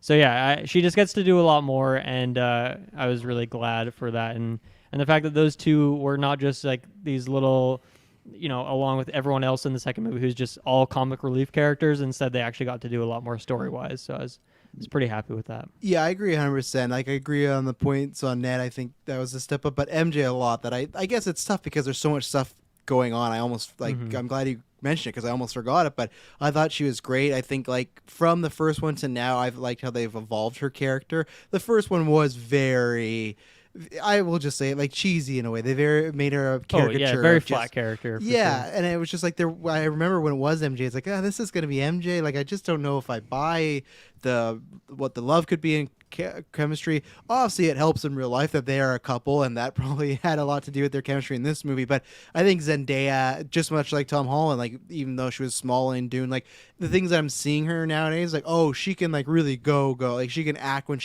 they give her something to work with. And I thought the finale, the send off to that relationship to her and Peter was really good. And yeah, I am, like I said, I don't know if I like her the same thing as definitely not as Stacy, because Stacy and Garfield's like that top tier, but I think they do a good job of making you actually really care about this. So when you get that diner scene, you feel, sad that this is happening. Where in Spider-Man 1, I wouldn't have felt that. In Spider-Man 2, okay, a little bit more, but this really, you want them to work out, you want them to make it, and right when you want that, they're taking it away, which is smart because it just will lead to good stuff. So yeah, I'm glad you shot MJ out, because Zendaya just continues to become a better and better actress. So. Yeah, I agree with what you guys said. First one, she's like a second character, right? Like she's just kind of it's almost like an Easter egg. Like, Yeah. oh, this character that's Zendaya in the movie, she just happens to be MJ, because I don't even think they say MJ till the very very No, end. her name's Michelle, and she's Yeah. just like, my friends call me MJ. Yeah, exactly. And then I, for one, like really like just like the love relationship between the two of them, shown in the second one. It reminds me so much of just like a high school, middle school type relationship thing where like either one of them just doesn't really, or is like maybe a little too scared to like approach and like really make it a full thing. So I really, and like they have that chemistry on screen, which like you said, Travis, helps when they actually have a real life relationship. It just translates very easily. And for all those reasons, it made the end scene very emotional. Like for me specifically, I just thought there was so much in that moment. Even just like Peter and Ned, like not being able to have that little like bromance. They're not able to do their little high five thing that they always do, which Yeah. it's a fun thing. It just goes to show how close they are as friends, and it's really sad that it went that way, but it's so good for story reasons why it went that route. And yeah, no, that end scene was something I was not expecting to get, and it blew me away. It was so well done, so well done. Yeah. Christmas again, like what's with all these Christmas MCU movies, eh? Or not movies, I guess. MCU Yeah, this is a things, Christmas movie properties. officially. Yeah, Christmas. Well, because technically they say, like, I think the ending of this, because it's Christmas, it's supposed to be happening like adjacent to Hawkeye, because that's Christmas right now. So Ooh, yeah, you heard it that's- here first. Tom Holland's in I Hawkeye mean, yeah, even finale. earlier in the movie when he goes through the mall and then there's like I forget what song it is, but just a very Christmassy song. And they're telling MJ to take down Halloween costumes. I like that little back and forth with their boss, because he's like, oh, you said that to Susan. He's like, no, I didn't do it. Like, whatever they were talking about, I love her trying to play that off. It was fun stuff. It reminded me of like a toned down version of "Hey, Miss Watson, Oh, 100%. I'm talking to you." Yeah. There's multiverse variants for all of them, Like I said, Dickovich is coming next movie. Who's he gonna be played by? I don't know. Did any Taylor or Kyle anything to add on MJ or Ned?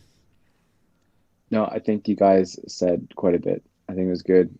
I enjoyed both. Yeah, too much. No, I think they did a really good job. They did better, like more prominent in this film compared to the last two, and it was nice to watch them contribute. So I have not much more to say to that. It was awesome. I enjoyed them. Yeah, I agree with everything you guys are saying. Like I really enjoyed these characters. I enjoyed Ned a lot. I think his humor was not overdone. It worked very well and bounced off the other characters. I was just dying laughing when he was inquiring, like, you had a best friend, like with the other Spider-Man and stuff like that. And I feel like it's just you can laugh about it, but they're great foreshadows. I feel like, hey, he's gonna be pissed when he remembers and finds like, wow, you were supposed to tell me that you're Spider-Man, like you left me, and he's gonna turn and like evil. It can't And happen. I feel like it could. I wouldn't put it out of their own possibility. But Grey Goblin, Hobgoblin, Grey whatever it might Goblin, be. but yeah, that's that. And then MJ, I thought was great. I liked how she's very different from the previous films. Like she was just in the other ones, it was like dark and like brooding, I guess is the term. And this one, it's like much more optimistic and excited, and just really cared for Peter and wanted to be there with her and be there with him and succeed and everything like that. And I really felt bad when she had no choice in the matter. It's like, yeah, you're gonna forget about, you know, the current like love of your life right now. There's nothing you can do about it, and it just had such weight to it, and it just couldn't imagine that. I would hate to be in that situation. Like, this whole everything you've built just gone, and it just, that adds so much more trauma to the fact that, hey, Peter Parker lost his aunt. He is gonna lose his entire family, all his friends, all that jazz. Like, it's so heavy, and that's probably the most in-depth amount of weight that I think a Spider-Man has had to put on their shoulders to date yet. So 100%, because like, yeah, he lost Aunt May and those other people are alive, but as of right now it's still like he lost them, you know. So Dylan, you had some other points there. Did he hit them all? Nope, he didn't. Okay.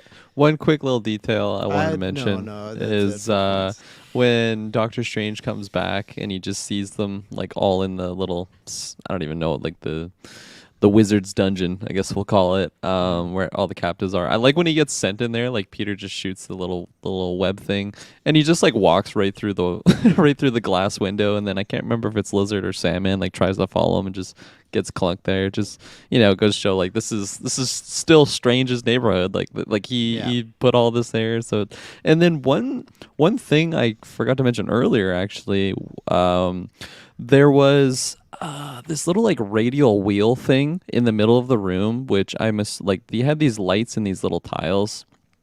I'm assuming one was for each villain, like the five that they had captured. There was one just completely missing. It definitely was supposed to be for like the sixth member, but like it's not even like it wasn't glowing up or anything like that. It was literally just not there. Might have missed it. Watch out for it when you do your rewatch. It definitely caught my eye. I thought it was gonna lead to us getting like a sixth member in the Sinister Six vein, but didn't go that route. Still found it interesting. Craven. I still found it interesting that it was there, and it's not even like it was just like, okay, maybe it was supposed to just be five, but no, it was four, one missing, and then one like beside it that were all glowing for the five members. Just a really interesting detail. I was really looking for the Sinister Six stuff there. it could be, I mean, you make a point of Sinister Six, and we'll talk more, I'm sure, about this later, but it could be Venom. Never know. Oh boy. Oh boy. Another thing I want to mention, because you reminded me of this, Kirklin. The whole sequence where Toby and Andrew first meet and they both attack each other briefly, like with their web shooters, and then just kind of like just brush it off. I really like that. It was just cool, like they were testing each other, testing the waters a little bit.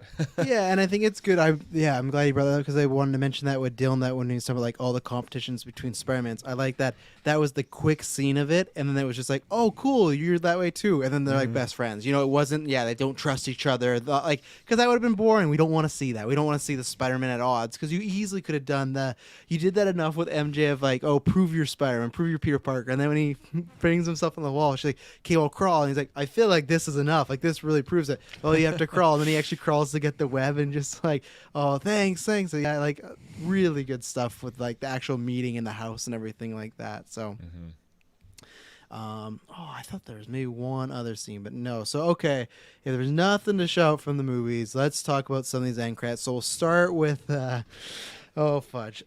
Okay, so I'm gonna update Dylan and Kyle because they have not, I guarantee, have not seen Venom: Let There Be Carnage, and please don't do it to yourself because that is a terrible, terrible movie. Oh, do it. Oh no! Don't listen to it. So in the end, so he goes through his own journey. He fights Carnage, yada yada yada. Randomly at the end of that movie, he's kind of on the run now. Venom. He's just, some stuff has happened to him, so he's on the run right now. So he's run to Mexico. Him, Venom, like Eddie, they're on the run, and they're in an apartment. They're just talking and stuff, and the world starts to go shake and get all crazy and everything like that. And Venom gets teleported into the MCU. So they officially made the canon that the Venom movies were in a different universe and they weren't in the MCU stuff. So he gets teleported.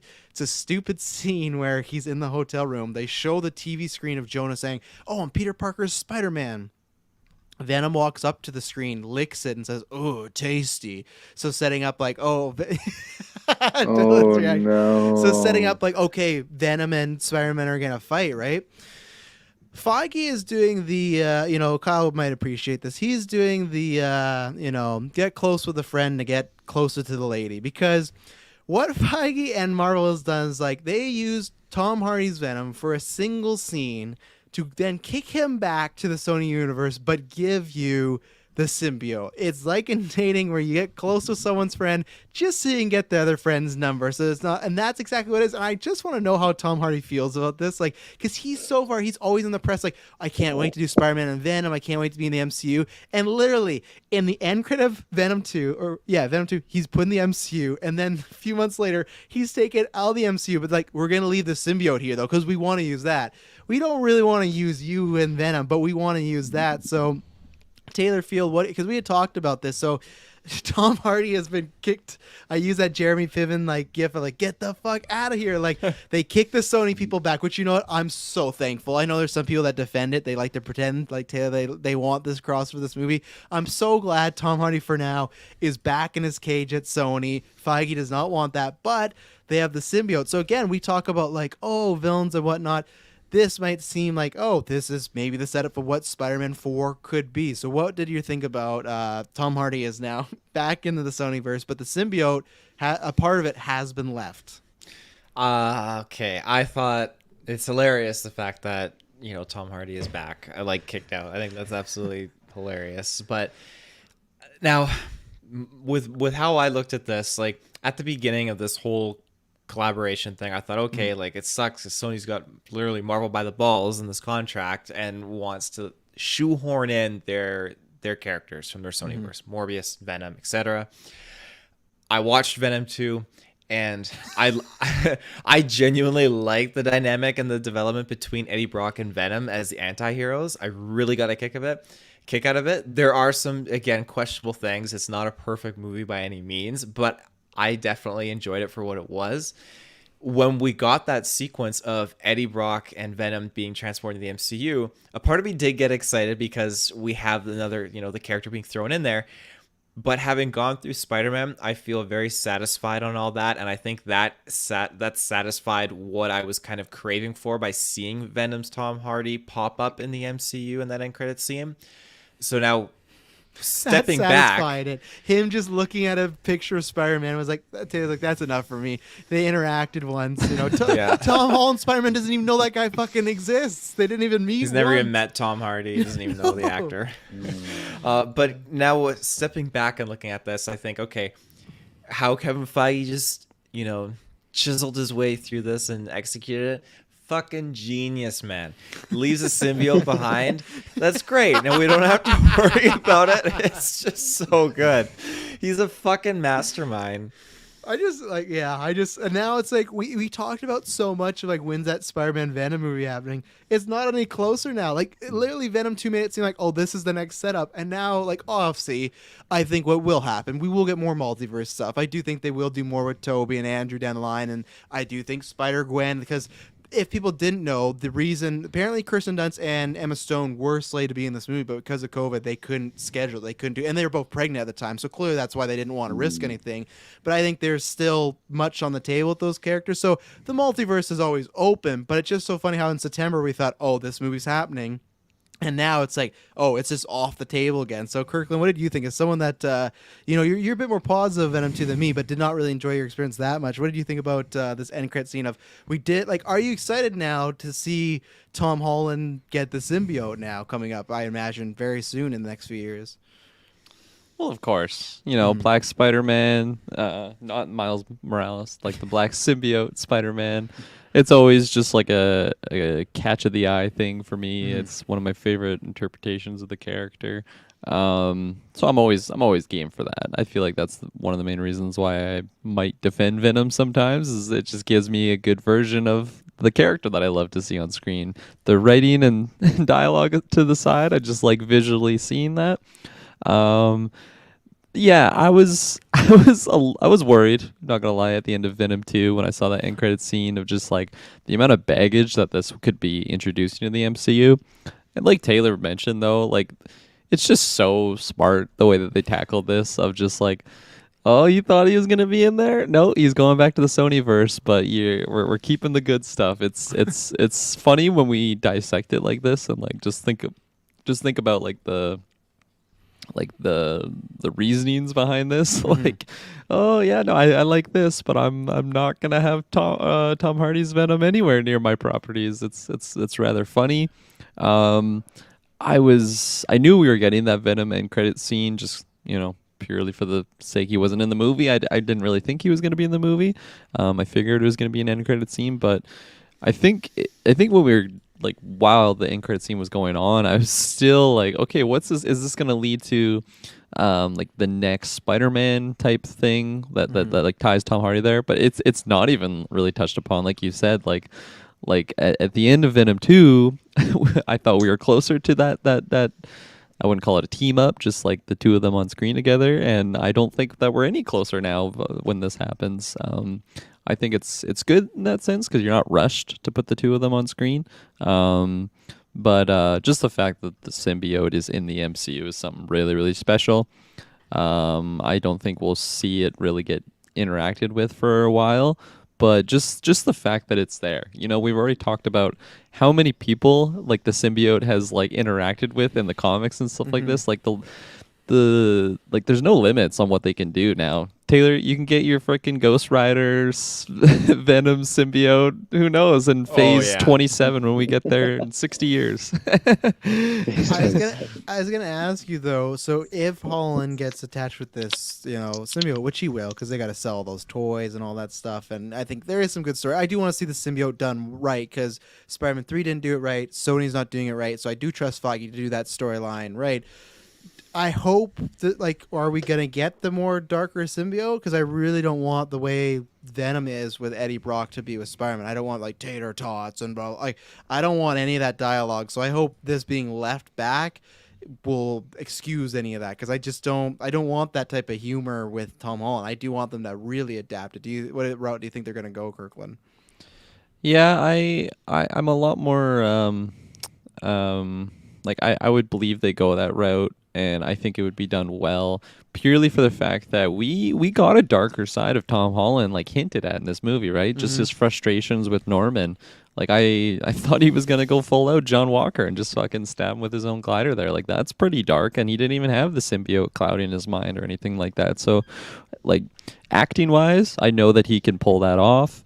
And character wise, if he was already teetering on the lines of some sketchy things, like pure of mind, throw some symbiote on there to really just convolute and cloud his judgment. Absolutely, I think they would go that route, and I think it would be done very well. And I think it's been shown a few times in the MCU so far, but they do a good job at making like a PG-13 like scary scene feel like it might be pushing the limits of PG-13. I think they would go that route where it feels pretty dark for a movie that you still want to advertise for kids and get families involved. It's just throw this in there. It's a good way to kind of bring his identity, Peter Parker's identity, back into the fold, because you have, let's say, the symbiote attaches onto him, jumps off, finds like the local Eddie in that universe, and then you have Eddie's the memories and stuff and the mindset that is attributed with Peter Parker is in now with the symbiote brings over Eddie knows, oh, it's Peter Parker, like, oh, he loves MJ, I'm gonna go find MJ. And then you have MJ getting home from the diner and Venom in the room, it's over for you, and then Peter Parker's gonna come and save the day, and MJ's wondering, why am I being attacked? Like, that's true. Yeah, that might be get her back in the fold. Yeah, no, I'm like I said, I'm very curious. I think this is the best both worlds. I was just laughing the whole entire time. It's just like Sony LOL, and good luck with Morbius in January. And like I said, that's what makes me most excited. I think Feige could give us a good symbiote. Dylan, does this interest you at all? Because you've only seen Venom 1, but does this symbiote being in the Spider-Man world interest you at all going forward? Yeah, I think at the moment I'm feeling pretty neutral on it. I mean, one, like that the scene itself was just really weird. Like, to me, it seems like they, he was given that script like that morning, and they're like, you can do some improv if you want, and then they kind of just did one take, and then they kind of just ran with it, and he just kind of gave this weird performance, which is, justified for a weird character. I mean, I haven't seen the second one, but it's a pretty strange strange performance in the first movie. So yeah, I guess I don't really have any connection to that character. And then as for Venom itself, like I'm down for Venom. I love Venom as a Spider-Man villain, as a character in general, but there's tons of other great Spider-Man villains as well. So I guess I don't really care if the next one, to me, it doesn't need to be Venom. Like there's just a long list of other characters that I'd be intrigued to see before we go down the Venom route. So yeah, and then also, yeah, just the Sony Verse in general. Like before the movie is the first time I've seen the Morbius trailer, and like, holy shit, that looks really bad. Like I have just no interest in their vision for these characters. So I guess I'm happy that this kind of pretty much confirms that we're not going to see that Venom in this movie. But I wonder. So I guess I don't know. I really wonder what they're going to do with Venom now. It'll be weird to kind of have two Venoms going concurrently, but I don't know. Stranger things have happened. But yeah, I guess the scene. I mean, I hadn't seen Venom 2, so I was like, well, so when did he know? When did Tom? I guess I was curious. Like, when did him and Tom Holland meet up? I don't remember that. Yeah. But yeah, I'm feeling a little indifferent at the moment. We'll see. Ask me that question again in a year or two when we know a little bit more about the future. But right now, I'm feeling like meh. I don't have many thoughts. Yeah, all we know is that Venom is getting a third one. It's going to change this weekend, but Venom had the biggest opening weekend of the year, and people love those movies. I don't get Venom it. boys. Yeah, Venom Yeah, boys. there's a lot of people who talk about Venom, like maybe like the social circles that I'm around here. Big in Australia. Big in Oz. Really, a lot of people like Venom and Tom Hardy and the way he is portrayed. So I've for me, when I watch it, I'm just rolling my eyes. Like, this is way too much for me. But I don't know. But I don't know. I didn't mind the little cameo just to see that happen, and then all of a sudden, blip gone. I was a bit confused. Now that makes a lot more sense, like what you said. So it was good. Do you have any interest in Tom Holland rocking the symbiote for maybe Spider-Man 4? I feel like I want it a little bit longer. Like, I don't want it to happen right away. Like, I would like another movie of just like Spider-Man just doing Spider-Man things, and then okay, let's maybe bring in the symbiote. Only just because we've had it once before, and then also like we've just had like Venom movies. So it'd be nice to have a bit of a break, I think, or personally for myself anyways, before seeing that again. It felt like it would just be like back to back is a bit too much. I agree. I want to see it, but let's give us one movie. Maybe it happen at the end of that next movie, but it just I honestly do think it will happen in the next one, just because that's why they did that end credit, and that's like, because maybe it'll be a long con. We'll see. But another long con is the second one we got was everyone's been asking when they're going to show it and blah, blah, blah. So obviously Doctor Strange freshly now does not remember who Peter Parker is, but it looks like he also messed up some shit. We got the Doctor Strange, the first ever teaser trailer, whatever you want to call it, for Multiverse of Madness. Taylor, what did you think of this one? Well, actually, I know you're hyped to see somebody in this, actually. When I saw this, I was like, man, Taylor's going to lose his mind. Oh, yeah. The trailer was very intriguing because obviously now there's a whole bunch of multiverse stuff that's unfolding, and the only one who's got experience with, maybe not necessarily experience, but the one who's got the best grasp, I say. The best of grasp on the multiverse stuff would be Wanda, because she's been looking through that. I can't remember the name, the Necronomicon. I'm going to call it. Yeah. She's been looking through there, obviously trying to find her kids in multiple universes or whatnot. So you have Doctor Strange reaching out to her, like, for her expertise. That's how I took from this trailer. So they're going to go on some kind of a journey together and start diving into a bunch of multiverse stuff. I'm assuming we're going to have Wong involved in there, but just the trailer, I found it really exciting. Really just, it felt fresh. Like, this is just going to get so wacky. It felt like, okay, we're going to lead into some Loki stuff. Not literally, I don't mean like we're going to get in with Loki and Sylvie, but just we're going to lead into that kind of realm. Maybe get some TVA in there. I don't know, but I'm just so stoked on what this movie's going to have. Again, I'm hoping that I'm going to get that Ghost Rider. That's my ultimate prediction. I need him in there.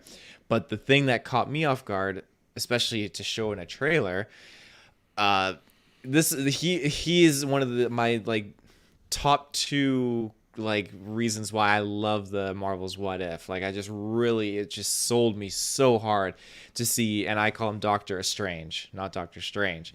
When he popped up in that trailer, it blew my mind. Like, because I think we even talked about that, and we came to like the conclusion, like, well, he probably wouldn't be in there because it'd be too much. Isn't that something we discussed? I thought. Oh yeah, well, it's interesting is that if people don't know what this show is, he calls him Doctor S. Strange. His name is Strange Supreme. Strange Supreme. Oh my god. Oh no. Definitely 1:30 in the morning. Strange Supreme. He is a guy that what happens if you've not seen What If, the episode which is one of the best things Marvel's ever done, this episode of Doctor Strange. Christine dies, and the whole episode is he's going to try and go back in time and save her, and he does it again and again and again, and he finds out, well, to do it, you have to be very powerful. And then he just starts fucking murdering people left, right, and center to get what he wants, and he does a whole villain turn, and then near the end he becomes a good guy. And I think that's why we were kind of like, well, I just didn't see it going down that route because they kind of close his story off in What If. But the thing is, a guy that goes and murders a bunch of people and a bunch of creatures, there's probably something fucking wacky with him. And I was like, obviously, no, we just got Toby and Andrew, but when that trailer ended and we had Strange Supreme there, I was shocked that they are literally taking a character from the Marvel animated show What If. And we've heard rumors about Captain Carter as well, but still, this one, to take him from the animated show, and they're like, yeah, this guy in this episode, he's going to be the villain of this Doctor Strange movie. It's just like, it does, like, at the end of the day, you can complain if you want people. I think that's a loose thing. But if people go like, oh, there's just so much the MCU is connected, that's their brand. That's what they do. And that's why things like this make you feel fulfilled, because you watch What If, you saw that Doctor Strange episode, and now because you watched it, it pays off because he's going to be the villain of the next movie. And it's so cool, too, because when they made this movie, I don't think they knew how big that episode was going to be. And everybody loves that episode. So, Dylan, you should definitely check it out. It's a really good one. It's only like, I think it's like 32 minutes. But I was shocked that Strange Supreme looks like he's going to have like a big role in this. And we got Baron Mordo with that cool ass look going on. And I got very like Magneto X2 vibes, where I think he's not going to be like good or evil. He's just like looking out for the best of like the world and whatnot. Like him and Steven are definitely going to fight. Just like the last one, he's like, you mess with the multiverse and look what you did. Like you kind of have to pay for this. That's all good. Wanda's getting in there. That's great. My only concern, and I told this to Taylor, now the MCU, for the most part, other than a few boners here and there, have been doing a great job. My only concern is Wanda got set up to be not a villain, but have a darker past. And she's like, I've done some bad things. He's like, oh, I'm not here to talk about Westview. Whatever. I just need your help. If they just write off everything that happened in WandaVision really quick so Wanda and Strange can have an adventure, that's going to be a big con for me, because to me that takes the development away. And this is probably more a newscast topic, but I hate this narrative like, well, the first two females in Avengers, you killed off the first one and now you're going to make the second one a villain.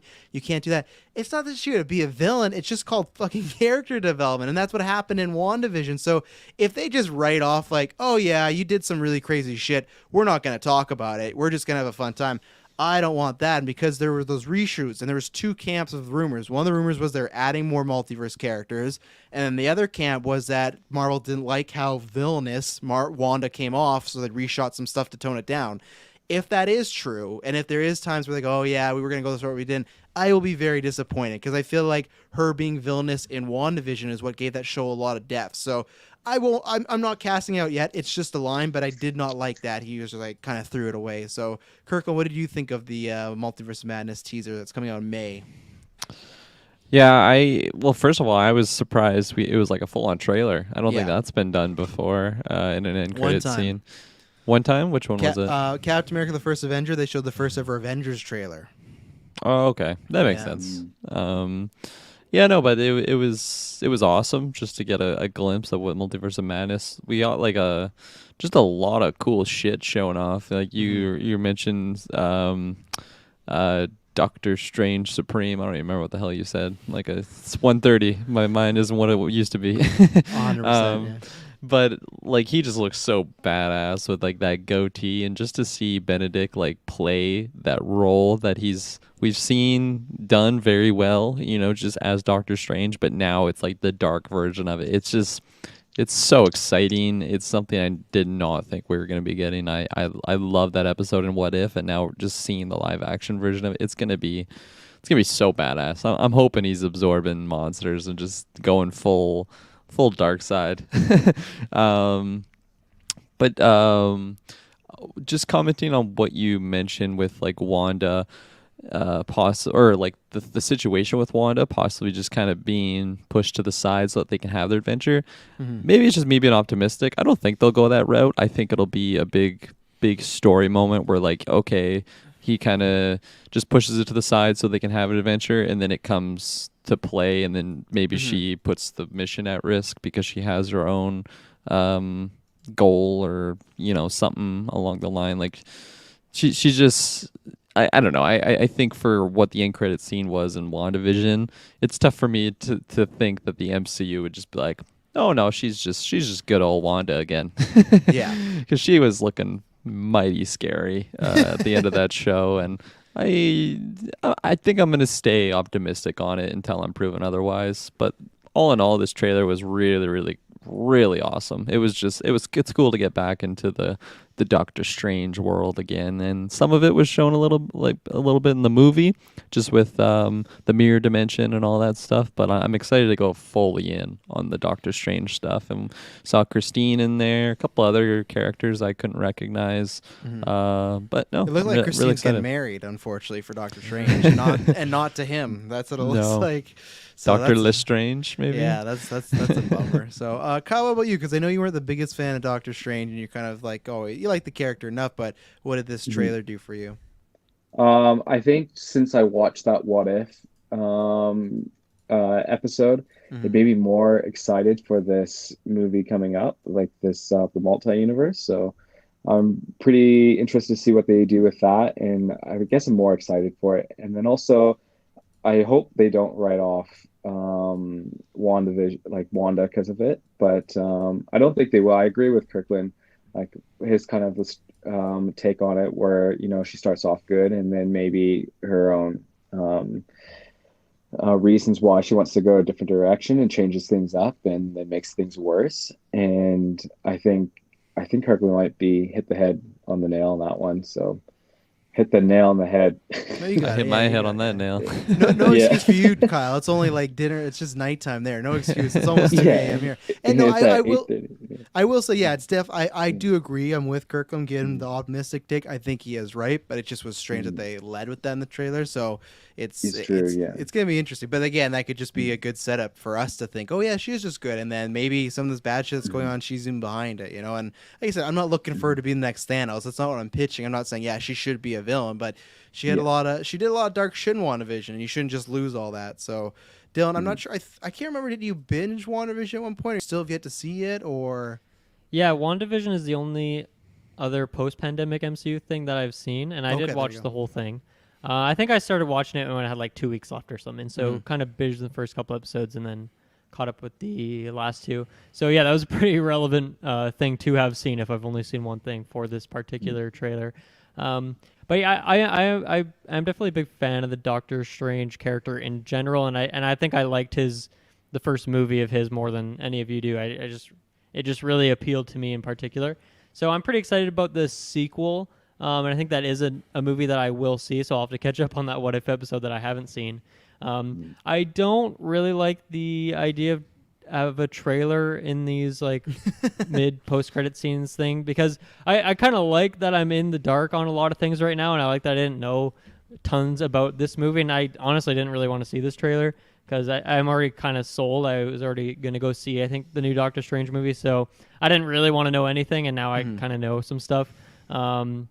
I'm excited that Wanda is teaming up with him, but I think even that was known like 3 or 4 years ago at this point. We already knew about that. So, yeah, I don't know. I didn't really want to see this. So I was kind of bummed when the second scene it was the post credit scenes. It was like I waited to the very end. It's like I kind of wish I actually just left the theater. I should have locked the asked doors Carl on for- you, banging, "Hell, let me out!" I should have asked Carl for some spoilers on what they were, maybe, because if I knew it was a trailer, I would have just left because I didn't really want to see it. It was a fine trailer. I just don't really need these spoilers. I like going in blind nowadays. Well, final thoughts. Kyle Smith, if you want to give a rating, you can, but your final thoughts on Spider Man, No Way Home, anything you want to drop, and what do you think of this movie? I love this movie. Yeah, we really hashed out some details that I didn't think of at the time because I think my hype was way too high. But at the end of the day, I still very much enjoyed it. It was a nostalgia trip. I can't say anything like more like better about it. I quite enjoyed it. So, a rating out of 10. I've been thinking about this through this whole cast, and at first I was gonna say like a perfect 10, You but said 20. You said 20 out of 20 I out 10. of know 10, I yeah. didn't. It said 20, yeah.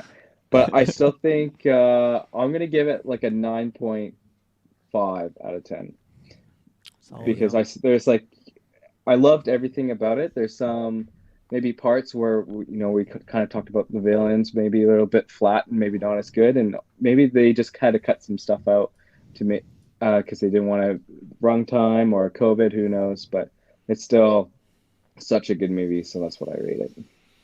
Dylan, I don't know. I know you don't give a ratings, but your Mhm. final thoughts after we're approaching the 3.5 hour mark. Yeah, I'll keep it quick. Yeah, don't do numbers, but I love this movie. I think this is easily like by far my favorite Spider-Man movie in the trilogy. I think I'd put it above both the Amazing Spider-Mans, and it's hard to compete with the first two Toby ones. I think I'd probably put it above 3, but I don't know. I'd have to do some more deep thinking on where it places with the other ones. But maybe very easily in like the top 3 Spider-Man movies for me. So that's a big deal. I don't know where I'd put it in the grand scheme of MCU. I haven't done enough thinking on the rest of these movies lately. But yeah, one of my favorites. I think I just it wasn't just fan service. Like all of it was purposeful, and they gave story background for like pretty much every detail. I can't wait to watch this movie again. I just absolutely loved it. Kirklin Patzer. That was me falling asleep for a second. And I'm back up. Travis just passed out. Yeah. Yeah, this one. I mean, I'm excited. I'm seeing it again in a couple of days. Shay wasn't able to see it, so I'm excited to see how I feel specifically on like the beginning section of the movie because, like I said, that was definitely the weak stuff for me. And then, once we had the 3 Spider-Man on screen, Defoe popping off doing his Norman ways, I was eating all that stuff up. I think I'm gonna give this one a 9 out of 10. He's gonna do it himself. No, it's higher than what I was coming into the review on. When I left the theater, I was thinking 8.5, just because I was really like I had my mind on those early stages and just the whole motivation for Peter not just hitting the button on the box. I think I wasn't completely sold on it, but then we wouldn't have gotten all those golden moments at the end of the movie, right? So I definitely think the last half of the movie is just like that's like a 10 out of 10 in my eyes, but I'm rating the whole movie here, so I gotta jot it down a little bit if I want to be honest with myself. But I'm just so excited to rewatch this one again. It's late. I can't remember which one of you guys said this, but I'm just excited to be able to just put this on like in the background as just like a feel good movie of just seeing my nostalgia with Toby. Not so much Andrew, but still Andrew's great in this movie. Just like Norman, Doc Ock, those guys. So I'm so happy that this is in existence and it's done. It only a few months down the line, or I guess it's a year and a bit till it's on Disney, but it'll at least be on Netflix, I'm assuming. Yeah. It's a little bit sooner than that. So just can't. I'm just, yeah. It's late. I can't think straight. Someone else talk. I'll go because I always leave Taylor scores because you never know what you're gonna get to last. But this it's a 10 out of 10 for me. I have like little minor problems with it. There's some things they could have done better, but again, it's just because I always said my score is a combination of like a critical thinking, but a fan point of view as well. The highs were just so high, and I think right now I currently have it ranked as my second favorite MCU movie. I'd have to go because my second's always been Civil War, so I really have to look at that. I think the reason it's not first because Endgame I think is just a little better. I think it's a little cleaner and stuff like that. Plus, there's just so many big endings there. But it's this movie is something special. Like I've said before, all I can describe is it's absolute magic. It's childhood nostalgia come to life, but it's a good movie. That's the best part too.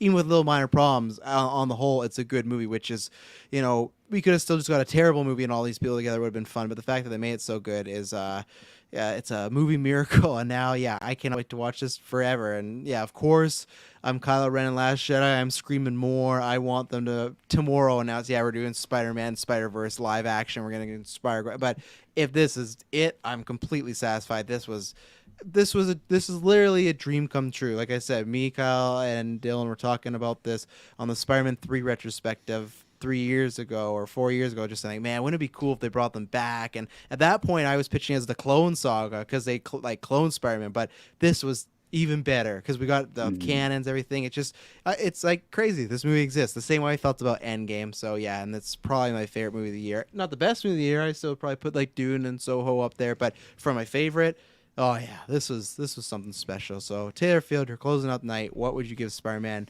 No Way Home? Oh man, from start to finish, this movie was just phenomenal. It had incredible doses of nostalgia with incredible doses of just new stuff, and just it compiled the two. It created all these new storylines and these interactions with characters that I never thought I needed, but I finally got. And I'm a huge sucker for that kind of stuff. Easter eggs out the window, like just galore. Spider-Man wearing Doctor Strange's cape.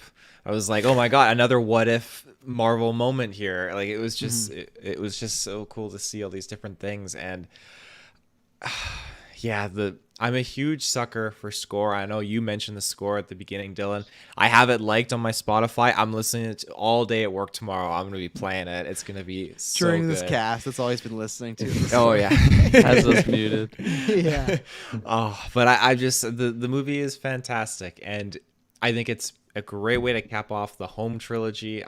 It is certainly in my top 3 of like best Spider-Man movies of all time, and it might easily move up to number 2, but for now it's in the top 3. I like you, Dylan, I gotta think on that stuff for a little bit, but go see this movie. If you're a Spider-Man fan, you have to see the movie. If you're a comic book fan, go see the movie. If you're not a fan of superheroes, go see the movie, because you will be after you watch this movie. And I'm gonna give it a 10 out of 10. It's so freaking good, and there's nothing else I can say, but it's amazing. It's amazing. It's amazing, just like Spider-Man. Well, ladies and gentlemen, this I'd have to look. I think this might be our second longest episode of all time, because Endgame was 4.5, and this is 3.5. So I think this is one of those. We went longer than a movie. We went a full hour longer than the movie, but I thank you, gentlemen, very much for joining us on this adventure, and Kyle and Dylan for coming back to this. Unfortunately, Jessica had to bounce, so I appreciate her coming for a little bit. But you know what? We're going to do an After 9 in the beginning of the year because we want to get the listeners' thoughts on this movie too, so hopefully we'll get Jessica on for that. But no, this was a fun kind of full circle thing, because it's just like how many times we've talked about Spider-Man. You know, Civil War, we saw early screening. Like the very first early screening we ever saw was Civil War when he made his debut in the MCU. And here we are years later, him pounding out Tom and Toby and Andrew and stuff. But yeah, gentlemen, thank you very much for joining. And I hope everybody that listened to this had a good time. But yeah, if you guys want to say anything or something like that before we get out of here. No, you're all thanks good. for having me. See ya. Appreciate it. Yeah. No, thank you very much. We promise you it'll not be boring. Bye-bye. Peace.